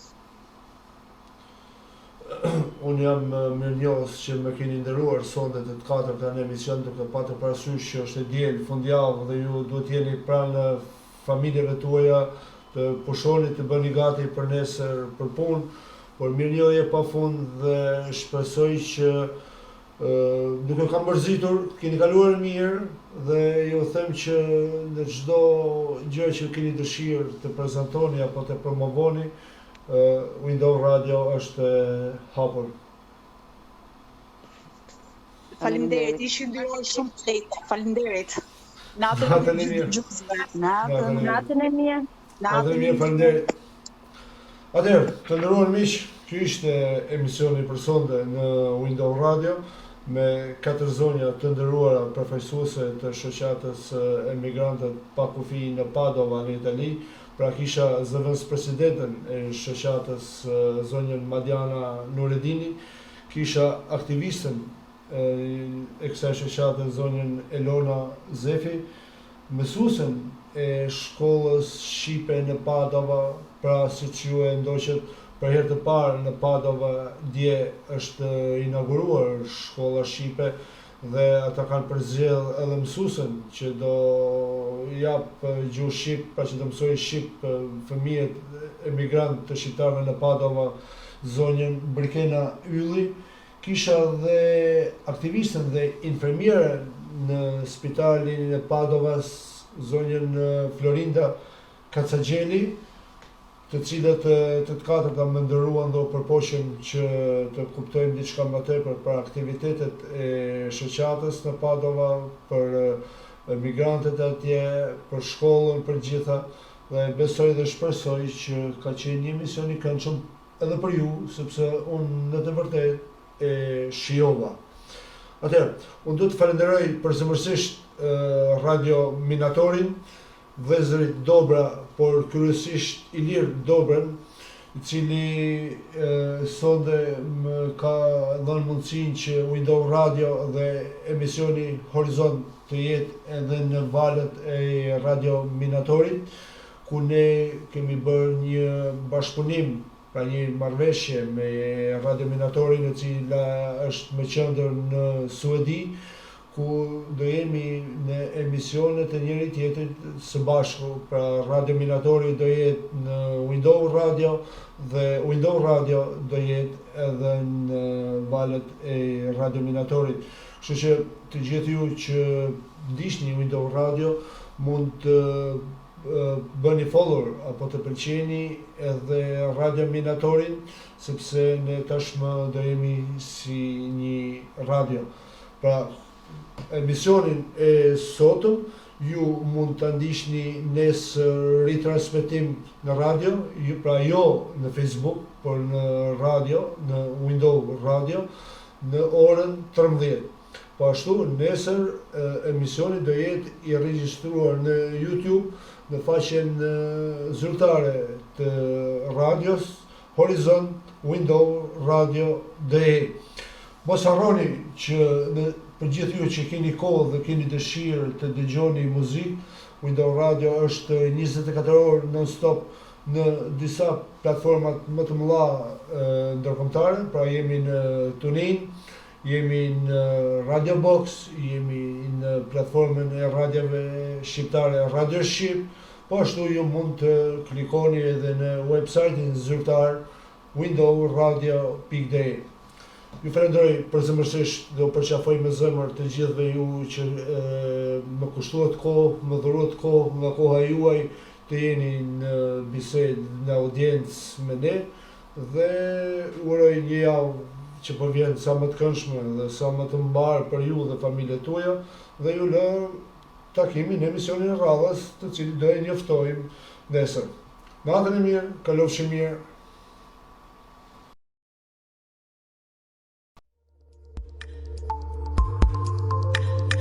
Horizont, nga Leonard Koja, në Window Radio, T'i Dej.